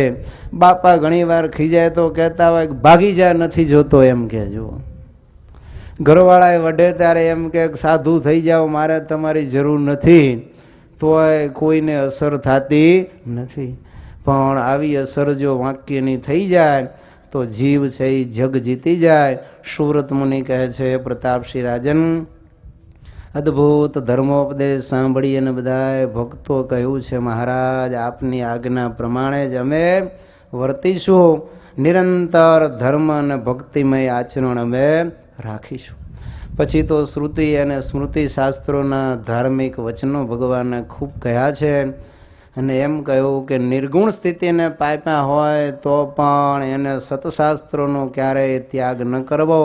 સદગ્રંથનું સેવન જ્યારે ત્યાગે ત્યારે જાડ્યમ વ્રજતી યત, એની બુદ્ધિ પણ જડતાને ધારણ કરી લે છે. માટે કાયમ સંત પુરુષનો સંગ અને સતશાસ્ત્રોનું સેવન ભગવાન કે રાખજો. એનાથી જ જીવને સદબુદ્ધિ આવે છે અને મોક્ષનો માર્ગ મળે છે. સુરત મુનિ કહે છે હે પ્રતાપસિંહ રાજન, એ સભાને વિશે આવી રીતે ભગવાને અદ્ભુત ધર્મોપદેશ આપ્યો અને સર્વે એ આજ્ઞા પાળવા કટિબદ્ધ થયા છે. એ સભાની અંદર ઝરણા પરણાના વતની એવા શીતલદાસ નામના કોઈ સાધુ વૈરાગી ફરતા ફરતા આવેલા, ઊભા થઈને હાલવા માંડ્યા. ભગવાન કહે છે, સાધુરામ ક્યાં જાઓ છો? ત્યારે કહે છે, રામાનંદ સ્વામી ભગવાન હતા, એ તો ધામમાં ગયા, માટે હવે દ્વારિકા જઈશ. ભગવાન કહે છે, ગુરુના દર્શન કરાવીએ તો રહો? તો કે તો રહું. કહે છે, બેસો મારી સામે અને સ્વામિનારાયણ મંત્ર જપો. જેવું સ્વામિનારાયણ મંત્રનો જાપ કર્યો ને સમાધિ થઈ ગઈ ને દિવ્ય દર્શન અક્ષરધામના થયા હો. સહજાનંદ સ્વામી ભગવાન સ્વામિનારાયણ દિવ્ય સિંહાસનમાં બિરાજમાન છે, મેઘાડંબર છત્ર રાજે છે. 8 પાયાવાળું ભગવાનનું સિંહાસન છે. 24 અવતારો રામાનંદ સ્વામી અનંત કોટી મુક્તો સ્તુતિ કરે એવા દર્શન. શીતળદાસને થયું કે આ હા હા હા, ગુરુવર્ય રામાનંદ સ્વામી 24 અવતાર, આટલા મુક્તો, આ બધાની મારે પૂજા કરવી છે. પણ હવે અનંત મુક્તોને એકલા શીતળદાસ કેવી રીતે પોસિબલ બને? મનમાં સંકલ્પ થયો. ભગવાન કહે છે, શીતળદાસ શું ઈચ્છા છે? ત્યારે કહે છે, મહારાજ મારે આ બધાની પૂજા કરવી છે. આ તો સાધુ હતા ને એટલે આ બધાની પૂજા કરવાનું મન થયું. પણ ગ્રહસ્થ ગયા હોય તો એમ થાય કે બધા પાસેથી એક એક હારા હારા વરદાન માગી લઉં, પણ પૂજા કરવાનો સંકલ્પ ઉઠે નહીં હો. ત્યારે આ શીતળદાસને ભગવાન કહે છે, એમ કરો કે તમે સંકલ્પ કરો કે આ રામાનંદ સ્વામી સર્વોપરી ભગવાન હોય કે આ બીજા વામન નરસિંહ પરશુરામ કે પછી રામકૃષ્ણ સર્વાવતારી ભગવાન હોય તો મારા અનેક સ્વરૂપ થાય. એક પછી એક નામ લઈને સંકલ્પ કર્યા, પણ એકના એક રહ્યા એટલે નિરાશ થઈ ગયા. અરે રે, મને ભગવાન અને મુક્તોનું અવતારોનું પૂજન કરવાનું નહીં મળે. દુખી થઈ ગયા. જો ભગવાનના સંતો ભક્તો હોય ને એને તો સંતોનું પૂજન સેવા, ભક્તોને ભગવાનની પૂજા અને સેવા મળે ને રાજી થઈ જાય. સ્વામી સંગ કાઢે ને હરિભક્તોનો, ત્યારે આપણા જ્યાં હરિભક્તો હોય સ્વામીને ફોન કરે કે સ્વામી અમારા ગામ આવે ત્યારે સંઘની સેવાનો લાભ આપજો. સંતોનું પૂજન, વક્તાનું પૂજન હોય, અહીંયા સભાપતિ ગમે એટલી જાહેરાત કરે કે 1 જણ યજમાન દીઠ આવજો તોય 3 આવી જાય. એ પણ તમારો એક હૃદયનો ભાવ છે કે ગમે એમ થાય, ભલે આગના લોભ થાય તો થાય, પણ સ્વામીની પૂજા તો કરી જ લેવી છે. પણ એ તમે બધા સત્સંગીઓ છો ત્યારે તમને આ બધી સંતોની પૂજાનો મહિમા આવો જાગ્યો છે. જો ભગવાનના ભક્તો અને સંતોને તો પૂજનનો અવસર ન મળે ત્યારે નિરાશ થઈ જાય. એટલે તો સ્વામીશ્રીએ પહેલે દિવસે તમે જુઓ કથા પૂર્ણાહુતિના સમયે તો માઇક આપ્યું હતું મને. શું કામ ખબર છે? સ્વામી કે આ બધા દેશ દેશાંતરથી આવ્યા હોય ને એ બધા ને મને કે અંતરમાં ભાવ હોય ને કે અમારે વક્તાનું પોથીનું પૂજન કરવું છે, એટલે બધાને સ્વામી કે મોડા ભેગું મોડું બધાને પૂજનનો લાભ અપાવી દીધો. મેં કીધું સ્વામી આપ જે કરો એ બધું સારું જ હોય, માઇક આપો તોય ઠીક છે, ન આપો તોય ઠીક છે, તમારું બોલાવેલું અમારે તો બોલવાનું છે. તમે બોલો કે અમે બોલીએ, છેલ્લે ભગવાનની વાતો કરીને આપણે તો બધાને ભગવાનનો માર્ગ દેખાડવાનો છે. માટે કોણ બોલે છે એ મહત્વનું નથી, પણ આવેલા બધાના મનોરથો પણ પૂર્ણ થવા જોઈએ, એ પણ એટલી મહત્વની બાબત છે. શીતળદાસ ઉદાસ થયા છે ત્યારે ભગવાન કહે છે, હવે એમ સંકલ્પ કરો કે આ સહજાનંદ સ્વામી સર્વોપરી સર્વ અવતારના અવતારી, સર્વ કારણના કારણ હોય તો મારા અનેક સ્વરૂપ થાય. અને સંકલ્પ માત્રથી ભક્તો એકમાંથી અનેક રૂપે થયા અને એક કાળાવચ્છિન્ન બધા એની પૂજા કરી છે. રાજીના રેડ થઈ ગયા. સમાધિમાંથી જગાડ્યા ને સાષ્ટાંગ દંડવત પ્રણામ કરી અને સભાને કહેવા લાગ્યા કે સાંભળો, આ સહજાનંદ સ્વામી છે એ તો 24 અવતારના અવતારી અને ગુરુવર્ય રામાનંદ સ્વામીના પણ ભગવાન આ સ્વામિનારાયણ પોતે છે. આવી રીતે ભગવાને રામાનંદ સ્વામીના 14માના દિવસે જે સ્વામિનારાયણ મંત્રની ઘોષણા કરી શીતળદાસને જ મંત્ર જપાવી અને સમાધિ કરાવીને આવા દિવ્ય દર્શન કરાવ્યા. એ જ આપણને મંત્રનો મહિમા દેખાડે છે કે સ્વામિનારાયણ મંત્ર જો જપીએ તો સમાધિ થાય અને ભગવાનનો સાક્ષાત્કાર થાય. સુરત મુનિ કહે છે, હે પ્રતાપસિંહ રાજન, ભગવાન શ્રી હરિએ આજ્ઞા કરી છે કે હે ભક્તો, આટલા દિવસ ભલે તમે હરિ ગોવિંદ નારાયણ એમ જાપ કરતા, પણ આજથી હવે તમે સ્વામિનારાયણ મંત્રનો જાપ કરજો. ત્યારે ઘણા એને મનમાં એમ થયું કે આ નવો મંત્ર આવ્યો ક્યાંથી? ત્યારે ભગવાને વિસ્તારપૂર્વક એ નામનો અર્થ છે ને એ બધાને સમજાવ્યો. ભગવાન કહે છે, ભક્તો, અમારા નામ માતાજીએ ઘનશ્યામ રાખ્યો.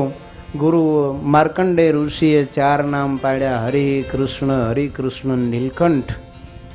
ગુરુવર્ય રામાનંદ સ્વામીએ નામ પાડ્યા નારાયણ મુનિ સહજાનંદ સ્વામી.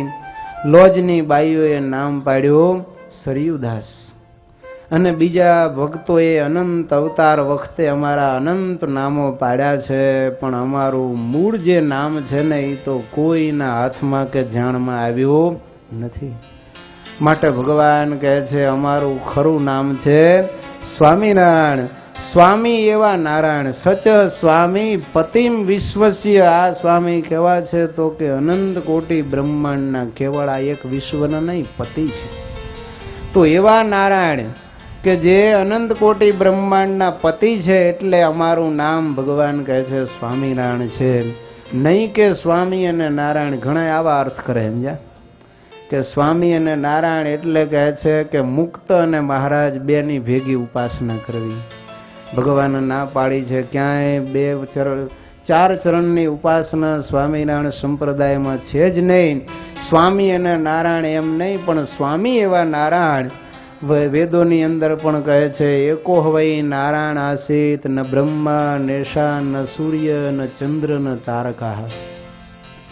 જ્યારે કંઈ નહોતું ત્યારે એક નારાયણ હતા, અને એ નારાયણ એ જ આ સર્વ જગતના સ્વામી છે. એનું નામ જ આ સ્વામિનારાયણ છે. અને એ ભગવાન કે હું પોતે છું. એવી રીતે ભગવાને સ્વામિનારાયણ મંત્રનું ઉદ્ઘાટન એ વખતે કર્યું. ત્યારથી આ બ્રહ્માંડમાં સ્વામિનારાયણનું ભજન ભક્તો થવા લાગ્યું છે. સુરત મુનિ કહે છે, પ્રતાપસિંહ રાજન, ગુરુનો શોક બધાયનો હળવો કર્યો છે. બધાયના રૂડા આશીર્વાદ આપીને ભગવાન કહે છે કે હવે વિવિધ પ્રાંતમાં અમારી આજ્ઞા પ્રમાણે સંતો વિચરણ કરવા જાય. મુક્ત મુનિ પણ કચ્છમાં ભક્તોનો શોક હળવો કરવા જશે. અમે પણ અહીંથી હવે ભાડેર, કાલવાણી આદિ ગામો તરફ જઈશું. એમ કહી અને ભગવાન બધાને વિદાય આપી મુકુંદ બ્રહ્મચારી આદિ થોડાક બ્રહ્મચારી સંતોને સાથે લઈ અને ત્યાંથી નીકળ્યા છે. અને કાલવાણી, અગતરાઈ, માણાવદર, ભાડેર આદિ ગામોમાં 1, 2, 3 એવા દિવસો નિવાસ કરતા કરતા ફરતા ફરતા પ્રભુ માંગરોળપુરને વિશે પધાર્યા છે. અને માંગરોળની બહાર પ્રભુએ નિવાસ કર્યો છે. એ વખતે આણંદજી, દામોદર, રામચંદ્ર શેઠ, મનસારામ, મેઘજીત આદિ કેટલાય ભક્તો ભગવાનના દર્શને આવ્યા છે. અને ભગવાન શ્રી હરિએ જોયું કે ગામમાં પાણીની તકલીફ છે. ભગવાન આત્મકલ્યાણના સાધનો સાથે સાથે ભક્તો લોક કલ્યાણના કાર્યો પણ કરતા હો. ભગવાન કહે છે કે ભક્તો, નવાબની પરમિશન લઈ આવો તો આ વાવ આપણે ગળાવીએ, જેથી ગામ પાણી વગર દુઃખી ન થાય. નવાબે પરમિશન આપીને સંતો ભક્તોએ મળીને વાવ ગાળી અને અમૃત જેવું પાણી, એમાં અખૂટ પાણી થયું. એ વાવનું ભર્યું કહેતા પૂર્ત કર્મ કર્યું. ત્યારે હજારો બ્રાહ્મણોને ભગવાને ત્યાં યજ્ઞમાં વર્યા અને ખૂબ દક્ષિણાઓ આપી અને એને રાજી કર્યા. એ યજ્ઞમાં સ્વયં ભગવાન બેઠેલા. ત્યારે ચતુર્ભુજ વિષ્ણુ રૂપે ભગવાને બધાને દિવ્ય દર્શન દીધા છે. બાજુમાં ધર્મદેવ અને ભક્તિ માતાને જોયા. ત્યારે મયારામ ભટ્ટ, મૂળજી બ્રહ્મચારી આ બધા આશ્ચર્ય પામી ગયા છે. અને થયું કે આ તો સ્વયં ભગવાન પોતે છે. એમ આ રામાનંદ સ્વામીના શિષ્યોને દિવ્ય દર્શન કરાવીને પોતાના ભગવતપણાનો નિશ્ચય કરાવ્યો છે. હે રાજન, એ વખતે મેઘજીત નામનો રામાનંદ સ્વામીનો જૂનો શિષ્ય સ્વતંત્ર સમાધિ દશાને પામેલો. ગુરુ કૃપાથી ખૂબ સામર્થ્યવાળો હતો, પણ સહજાનંદ સ્વામી ગાદીએ બેઠા એટલે એને ગમ્યું નહીં. એટલે એનું માન સન્માન ન રાખે, કારણ કે ઘણાને જૂનાનું અભિમાન હોય કે અમે જૂના સત્સંગી. એમ કેવા ખબર છે? હે અમે જૂના સત્સંગી છીએ, શિક્ષાપત્રી પ્રમાણે ન રહીએ. અમે સત્સંગી થઈએ, શિક્ષાપત્રી પ્રમાણે ન રહીએ. હે નવા જાણો છો શું મન અમે કરી, હે જૂના જાણો છો શું મન અમે દઈએ ઉપદેશ. અમે કહીએ પણ એમ ન રહીએ, શિક્ષાપત્રી પ્રમાણે ન રહીએ. અમે જૂના સત્સંગી થઈએ, શિક્ષાપત્રી પ્રમાણે ન રહીએ. જૂના હોય ને નવાનો ઉપદેશ આપે એમ છે, પણ પોતે તો પાછા કરતા હોય જ કરે. કેવા જૂના ખબર છે? કટાઈ ગયેલા લોઢા જેવા. આમ આંગળી અડાડો તો બધું ખરી જાય, પણ તોય પાછા જૂનાનું અભિમાન લઈને ફરતા હોય. એમ મેઘજીત પણ આવો કટાઈ ગયેલા લોઢા જેવો ગુરુવર્ય રામાનંદ સ્વામીનો અગ્રગણ્ય શિષ્ય એનું અભિમાન લઈને ફરતો.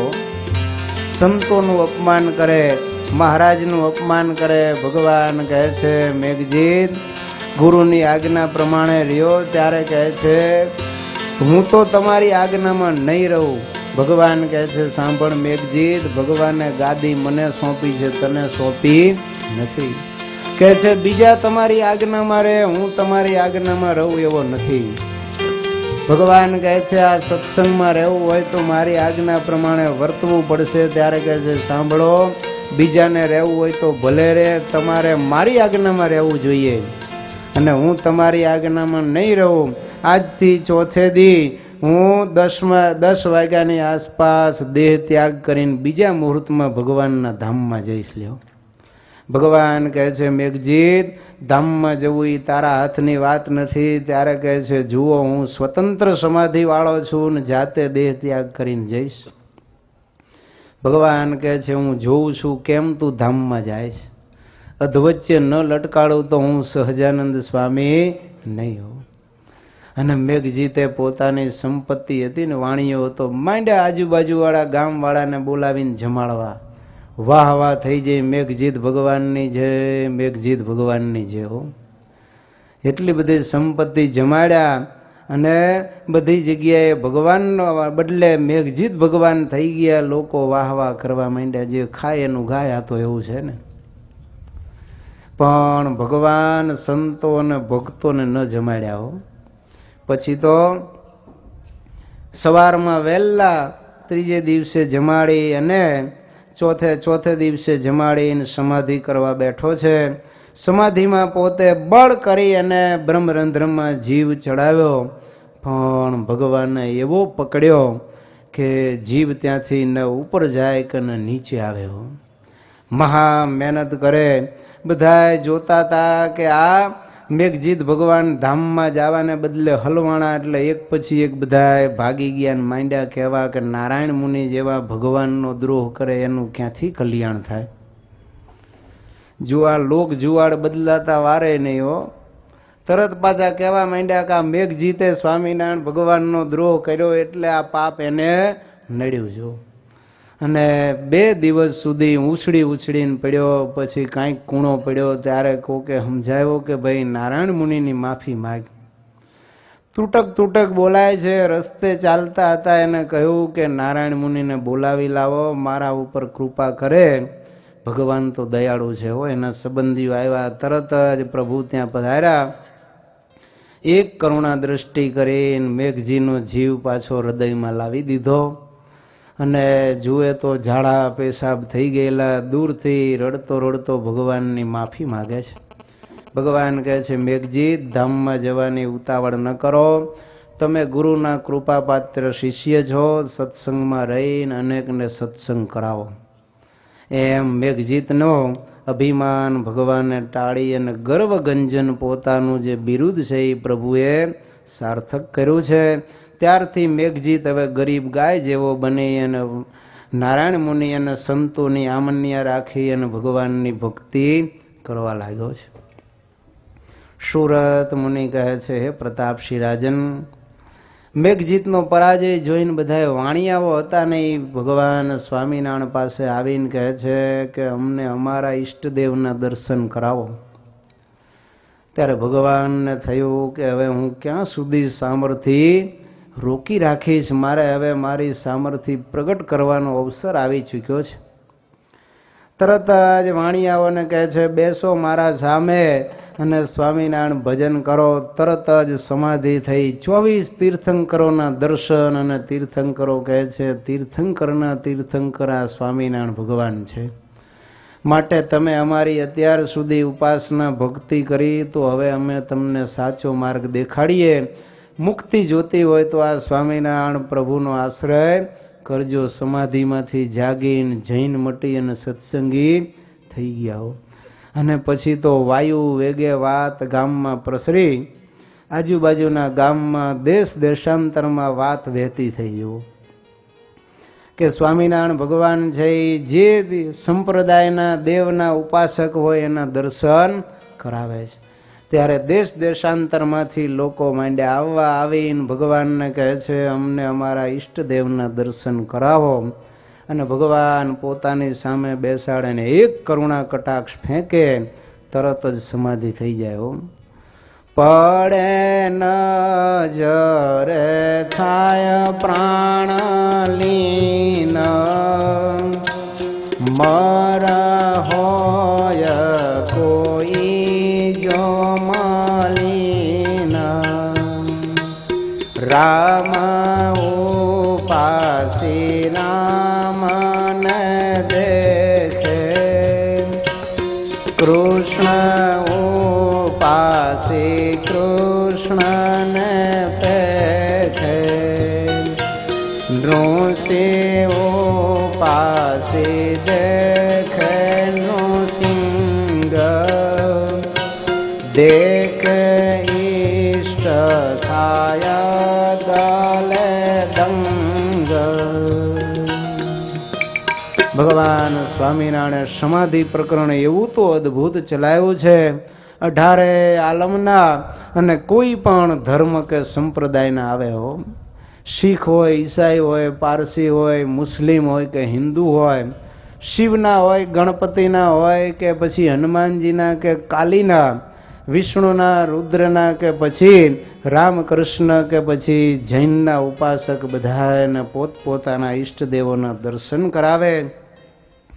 અને તે દેવો એમ કહે કે તમારે મુક્તિ જોતી હોય તો ભગવાન સ્વામિનારાયણનો આશરો કરો.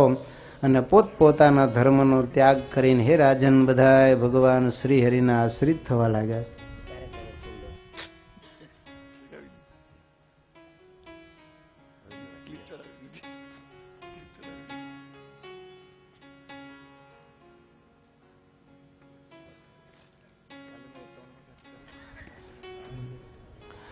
આવી રીતે હે રાજન હું તને શું કહું, ચારેય બાજુથી ભગવાન સ્વામિનારાયણની આવી વાતો સાંભળી અને લોકો આવવા માંડ્યા છે. હે રાજન, બાદશાહના મનમાં થયું કે આ સ્વામિનારાયણ ખુદા આવી રીતે આ ચલાવે છે. સમાધિ પ્રકરણ તો ખરેખર પાખંડ છે કે હકીકત છે, એની કાળજી આપણે લેવી જોઈએ, એની ખાતરી કરવી જોઈએ. એટલે પોતાના શાળા કાજીને મોકલ્યા. ત્યારે ભગવાન શ્રી હરિએ એ કાજીને પણ સમાધિ કરાવીને 24 પૈગંબરના દર્શન કરાવ્યા. અને એ બધા સલામ આલેકુમ કરીને ભગવાન સ્વામિનારાયણની ખુદા આગળ નમાજ પડીને બંદગી કરતા હોય એવા દિવ્ય દર્શન થયા. હજરત મોહમ્મદ પૈગંબરે કીધું કે કાજી, કલ્યાણ જોઈતું હોય તો પૃથ્વી ઉપર પ્રગટ ખુદા સ્વામિનારાયણ છે એનો આશ્રય કરો. અને પછી તો નવાબ અઝરુદ્દીન બાદશાહ, કાજી બધાય પણ ભગવાનના આશ્રિત થયા છે. હે રાજન, નર નારી બધાય ભગવાન સ્વામિનારાયણના આશ્રિત થાય, પંચવર્તમાન ધારણ કરે અને ઉજળા ધર્મો પાળવા લાગ્યા છે. નારીઓ બધી પતિવ્રતાના ધર્મ પાળે, સત્સંગીઓ બધા એક સારા સજ્જન ગ્રહસ્થ બની અને ધર્મમય સદાચારમય જીવન જીવવા લાગ્યા. અષ્ટાંગ બ્રહ્મચર્ય ધારી સંતો બ્રહ્મચારીઓ અને પાર્ષદોને જોઈને લોકોને થયું કે ભગવાન સિવાય આવા એના શિષ્યો ધર્મવાળા જ્ઞાન વૈરાગ્યવાળા હોય નહીં. એટલે દેશ દેશાંતરમાં એની કીર્તિ વ્યાપી અને અત્ર તરત્ર સર્વત્ર હે રાજન સહજાનંદી રંગ છે ને એ હવે આ ભૂમંડળ ઉપર પ્રગટ્યો છે. માનવના મન મનમાં ધરતીના કણ કણમાં પ્રગટ્યો સહજાનંદી રંગ. હિંસાના હૈયામાં મમતાના મસ્તકમાં ધબક્યો સહજાનંદી રંગ. ઓ રાજ મને લાગ્યો સહજાનંદી રંગ, મહારાજ મને લાગ્યો સહજાનંદી રંગ. શેરીમાં ચૌટામાં ખેતરમાં ફળિયામાં ધમક્યો સહજાનંદી રંગ.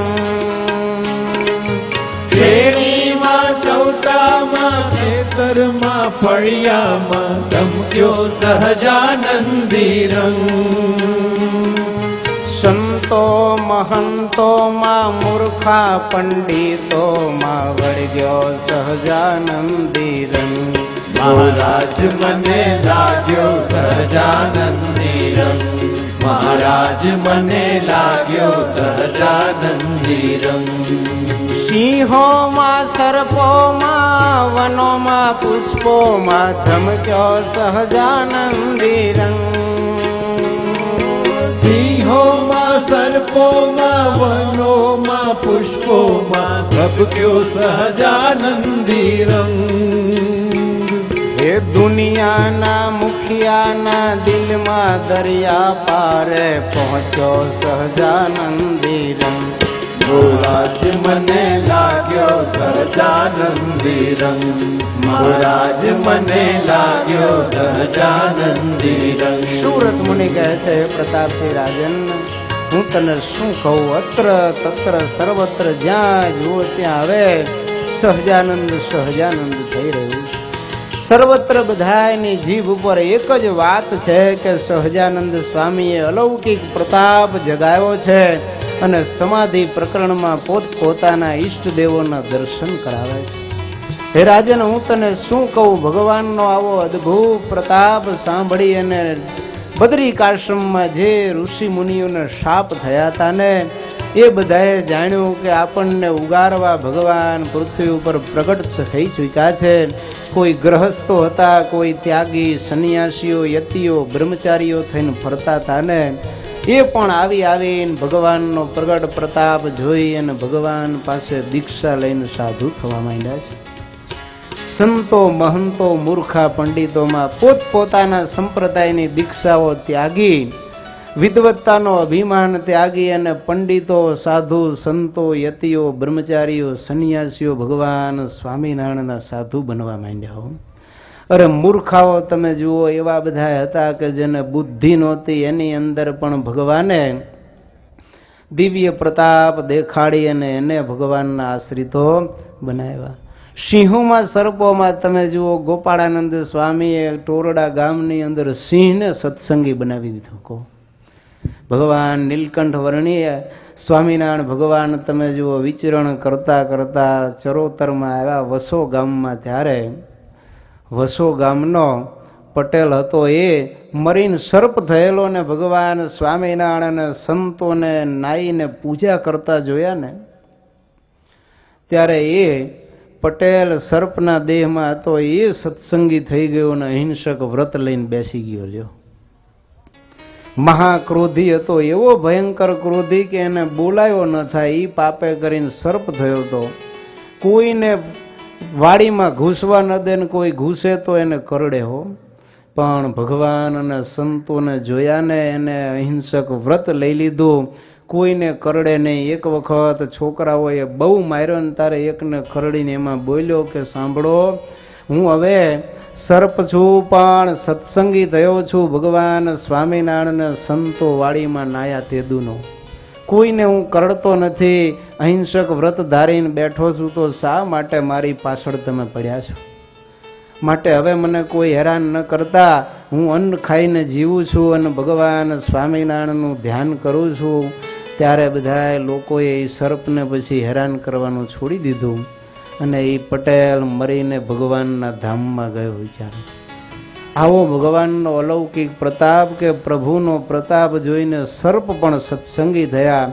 એટલે કહે છે સિંહોમાં, સર્પોમાં, વનોમાં, પુષ્પોમાં ધનક્યો સહજાનંદી રંગ. સુરત મુનિ કહે છે, હે પ્રતાપસિંહ રાજન, ભગવાન સ્વામિનારાયણ આવી રીતે રાજાની આ ઈચ્છાથી ત્યાં માંગરોળપુરની અંદર ચાતુર્માસ પર્યંત રોકાણા. જન્માષ્ટમીનો મહામહોત્સવ કરાવી અને ભગવાન નારાયણ મુનિ એ વખતે દિવ્ય દર્શન આપ્યા છે. કૃષ્ણ પરમાત્મા સ્વરૂપે દિવ્ય દર્શન હજારો ભક્તો જોઈ અને ભગવાન સ્વામિનારાયણ વિશે રહી સહી શંકાનો ત્યાગ કરીને એને પરમેશ્વર માની અને રામાનંદ સ્વામીના જૂના શિષ્યો પ્રેમથી પૂજવા લાગ્યા છે. નવમીને દિવસે વિશાળ સભા ભરાણી છે. એ વખતે સુરત મુનિ કહે છે, પ્રતાપસિંહ રાજન, બધા શિષ્યો હાથ જોડી અને ભગવાન સ્વામિનારાયણને કહે છે, હે પ્રભુ, ભગવાન સર્વભૂતાનાં ત્વમેવ પરમાગતિ સ્વાશ્રિતાનાં વિશેષેણ ત્વમ ગુરુશ્ચેશ્વરો હસી. હે ભગવાન, આમ તો તમે જીવ પ્રાણી માત્રની પરમ ગતિ છો અને બધાયના ગુરુ છો, પણ તમારા આશ્રિતોના તો વિશેષપણે ગુરુ કહેવાઓ. માટે અમારા હિતકારી ધર્મના સિદ્ધિ કરાવનારા વચનો આપ અમને સર્વેને કહેવાને યોગ્ય છો. આવું જ્યારે ભક્તોએ પ્રેમથી પૂછ્યું ત્યારે ભગવાન અતિશય એમના ઉપર રાજી થયા છે અને કહેવા લાગ્યા છે, હે ભક્તો, શૃણવંતો મામકાઃ સર્વે પુરુષાયોષિતસ્તથા સત્શાસ્ત્રાનુશ્રુતાન ધર્માન વચમી ભાગવતાન હે વહ. કહે છે, હે ભાઈઓ ભાઈઓ, ત્યાગી ગૃહી સર્વે મારા આશ્રિતો સાંભળો, હું તમને ભાગવત ધર્મનું જ્ઞાન આપું છું. બ્રાહ્મે મુહૂર્તે ઉત્થાય નિશાયા પ્રહરન્તિ મે મદયૈ કીર્તનીયાની હરેર્નામાની નિત્યદા. ભગવાન કહે છે, ભક્તો, બ્રાહ્મ મુહૂર્તની અંદર તમે બધા જાગી રાત્રિના છેલ્લા પ્રહરમાં મારા નામનું કીર્તન કરજો, મારા સ્વરૂપનું ધ્યાન કરજો. ભગવાન કહે છે કે બ્રાહ્મ મુહૂર્તમાં જાગવું જો. મુક્તાનંદ સ્વામીએ પણ લખ્યું, એ રાત રહે પાછલી ચાર ઘટી કાતય સંતને શયન તજી ભજન કરવો.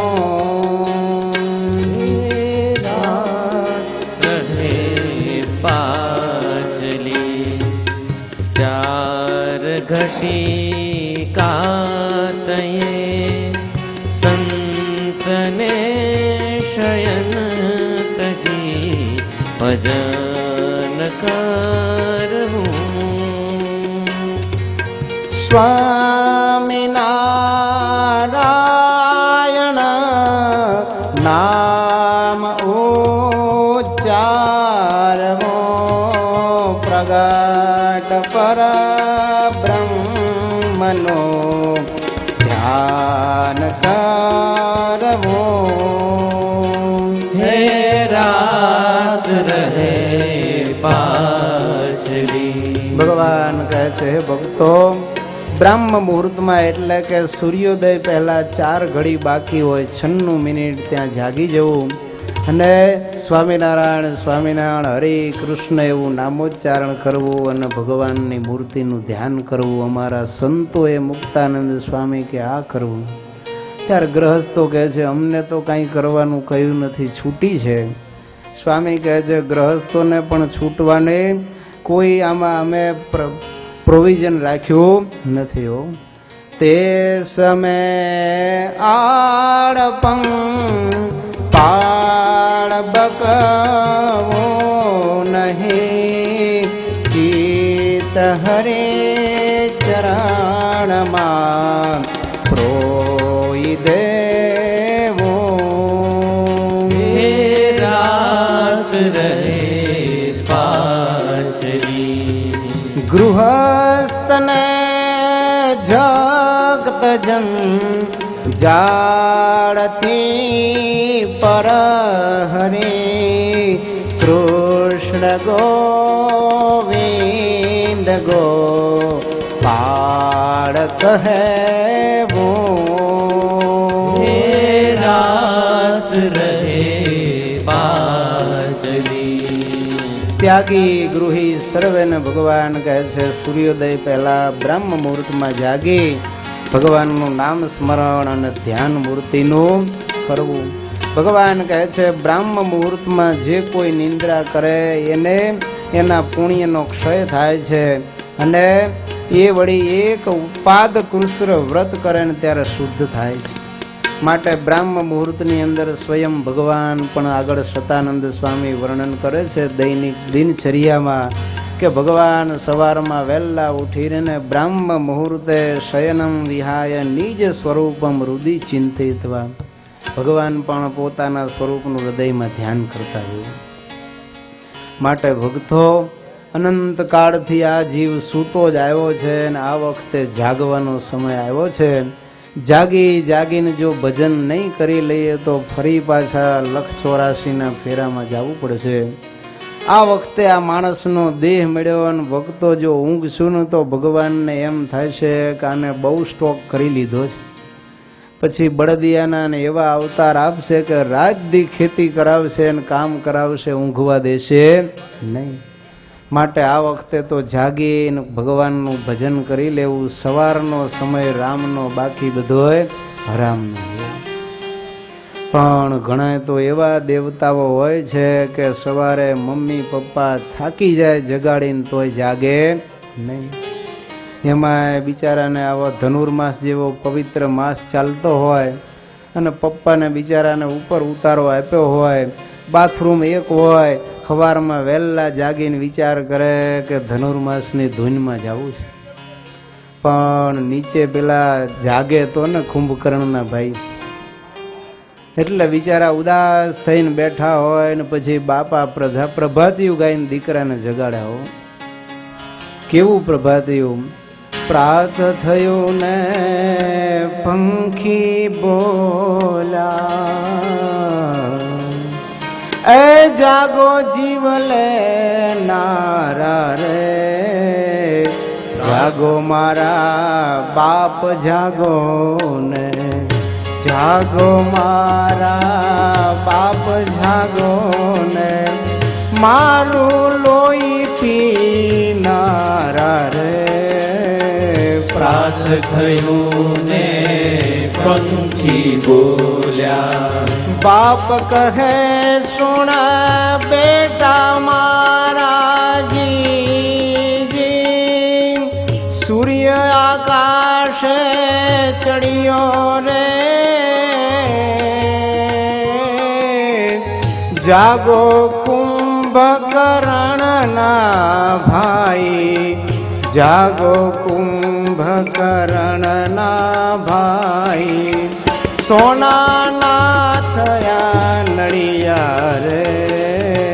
પ્રાત થયું ને પંખી બોલ્યા, દૂધવાળો દરવાજે ઊભો, દૂધના પૈસા લેવા રે, પટ્ટાવાળો નિરાશ થઈ બેઠો, ઓફિસની ચાવી દેવા રે. રાત થયું ને પંખી બોલ્યા, પાણીના તો નળ જ જાય છે, વહુ બેટા તમે ઉઠો રે. કાલિદાસ મંદિરે ચાલ્યા, કાલિદાસ મંદિરે ચાલ્યા, હું બેઠો મોઢું લૂતો રે. રાત થયું ને પંખી બોલ્યા. સવારમાં બિચારા વડીલો મા બાપને છે ને ભગવાનની મંગળ આરતી કરવાની ઈચ્છા હોય, પણ નીચેથી રૂમ બંધ કરી અને દીકરાઓ હોઈ ગયા હોય, ઉઠતા ન હોય, એટલે બિચારા પ્રભાતી હોય કે હે દીકરા, મારા જીવ લેનારા, હે મારા બાપ, હવે તો તમે કાંઈક જાગો. હે મારું લોહી પીનારા દીકરા, તમે જાગો. બેટા રાયસવા સૂરજ ચડી ગયો, નળિયા ખોનાના થઈ ગયા, માટે હવે તો જાગો. તોય જાગે નહીં હો. દૂધવાળો બિચારો પૈસા લેવા માટે આવીને ઊભો હોય, 9 સાડા 9 થઈ ગયા હોય, પણ અંદરથી સ્ટોપર મારીને સૂતા હોય, એને પૈસા ભરવા જવા હોય, એટલે કહે છે કે બેટા હવે તો જાગો, આ દૂધવાળો પૈસા લેવા આવ્યો. ઓફિસર હોય બિચારાને પટ્ટાવાળાને ક્યાંક લગ્નમાં જવું હોય, એટલે સવારમાં ઓફિસ સાફ સૂફ કરીને આવ્યો હોય કે સાહેબને ચાવી દઈને ભાગવું. બસની બિચારાને ટિકિટ હોય, પણ સાહેબ જાગે તો ને, એટલે એ ઉદાસ થઈને બેઠો હોય કે સાહેબ જાગે તો ચાવી આપીને જવું. વડીલને એમ થાય કે આમ આમ પટ્ટાવાળાને દૂધવાળાનું નામ લઈ તો દેવ જાગે છે, પણ તોય દેવ જાગે છે ને. એટલે પછી નિરાશ થઈને વહુને કે હવે એને બીજું કહેવાય નહીં બિચારાને, એટલે કહે છે બેટા વહુ તમે તો જાગો, હવે આ પાણીના નળ છે એ બંધ થઈ જાય છે, પછી નાશો શું પાણી શું પીશો. કે છે આમ જોવા બાજુવાળા કાલિદાસ મંદિરે હાલ્યા, હું હજી નાયા ધોયા વગરનો એમને એમ અઘોરી જેવો તમારા પનારે પડ્યો છું તો બેઠો છું, માટે કૃપા કરીને જાગો તો હું તો કમસે કમ નાઈ ધોઈને મંદિર ભેગો થાઉં. માટે ભક્તો વડીલોને ભજન ભક્તિ કરવી હોય ને તો એને વ્યવસ્થા કરી આપજો. સવારમાં નાઈ ધોઈને પૂજા પાઠ કરી લે તો મંદિરે સ્કૂટર લઈને મૂકી જવા, કદાચ તમે ન જાતા હોય તો એની સેવા કરશો તોય વડીલો આશીર્વાદ આપશે, રાજી થઈને તોય તમારું રૂડું થશે.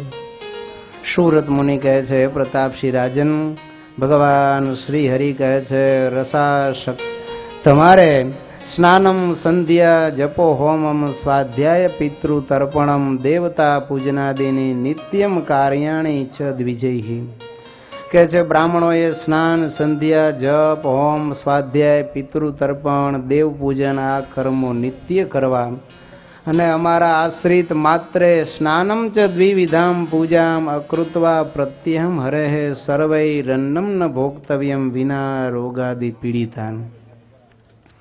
ભગવાન કહે છે હે ભક્તો, સ્નાન અને 2 પ્રકારની પૂજા કહેતા માનસી પૂજા અને પ્રત્યક્ષ પૂજા કર્યા વગર કોઈએ ભોજન કરવું નહીં અને પાણી પીવું નહીં, સિવાય કે રોગ આદિકની પીડા થઈ હોય. જો અતિ રોગાસક્ત હોય ને પથારીવશ હોય તો એ માનસીમાં ભગવાનને જમાડીને પાણી એને ખોરાક લઈ શકે, પણ જેના હાથ પગ હાલતા હોય, શરીર સારું હોય તો 2 પૂજા કરીને પછી પાણી પીવું ને જમવું. જો જોબન વડતાલો કેવો ખૂંખાર, જેને જીવતો કે મરેલો પકડવા માટે સયાજી રાવે 40,000 રૂપિયાનું ઇનામ એ જમાનામાં જાહેર કરેલું, પણ એ સત્સંગી થયો ત્યારે એવો પાકો સત્સંગી બન્યો કે પૂજા કર્યા વગર પાણી ન પીવે. એક વખત સરકારી કામે ઘરેથી નીકળો, બાકરોલ ગયો, કામ ન પત્યું, બીજે દિવસે બોરસદ ગયા, ત્યાંય કામ ન પત્યું, સગા સંબંધીઓને લઈને ત્રીજે દિવસે નડિયાદ ગયા. સગા સંબંધીના ઘેર ઉતારા કરેલા, કહે છે જમી લ્યો, ત્યારે કહે છે હું તો પૂજા નથી લાયો, ત્યાં સુધી જમાય નહીં. જો ચોથે દિવસે આવ્યા, સવારે 4 વાગે નાહીને પૂજા કરતા હતા મેળી ઉપર, ત્યારે તપની માળા કરતા કરતા ચક્કર આવ્યા ને પડવા ગયા ત્યારે ભગવાન પ્રગટ થઈને જોબન પગીને પકડી લે છે. હો હા હા જોબન, આ શું થયું મહારાજ, માફ કરજો, ચક્કર આવી ગયા. પ્રભુ 3 દિવસથી પૂજા નથી થઈ, ખાધું નથી ને, માટે મારો અપરાધ ક્ષમા કરજો. વિચાર કરો કેવા ભક્તો તમે જુઓ. નાથ ભક્તને જેલમાં પૂર્યા, ખાધા પીધા વગર એમને એમ દિવસો ગુજારે. ત્યારે જેલરે કહ્યું કે ભાઈ તારું કોઈ ધણી નહીં થાય, એમને એમ ગુજરી જઈશ, માટે ખાઈ લે, હવે નાવા ધોવા કાંઈ નહીં મળે. નાથ ભક્ત કે પૂજા કર્યા વગર નાયા વગર મારાથી ખવાય પીવાય નહીં.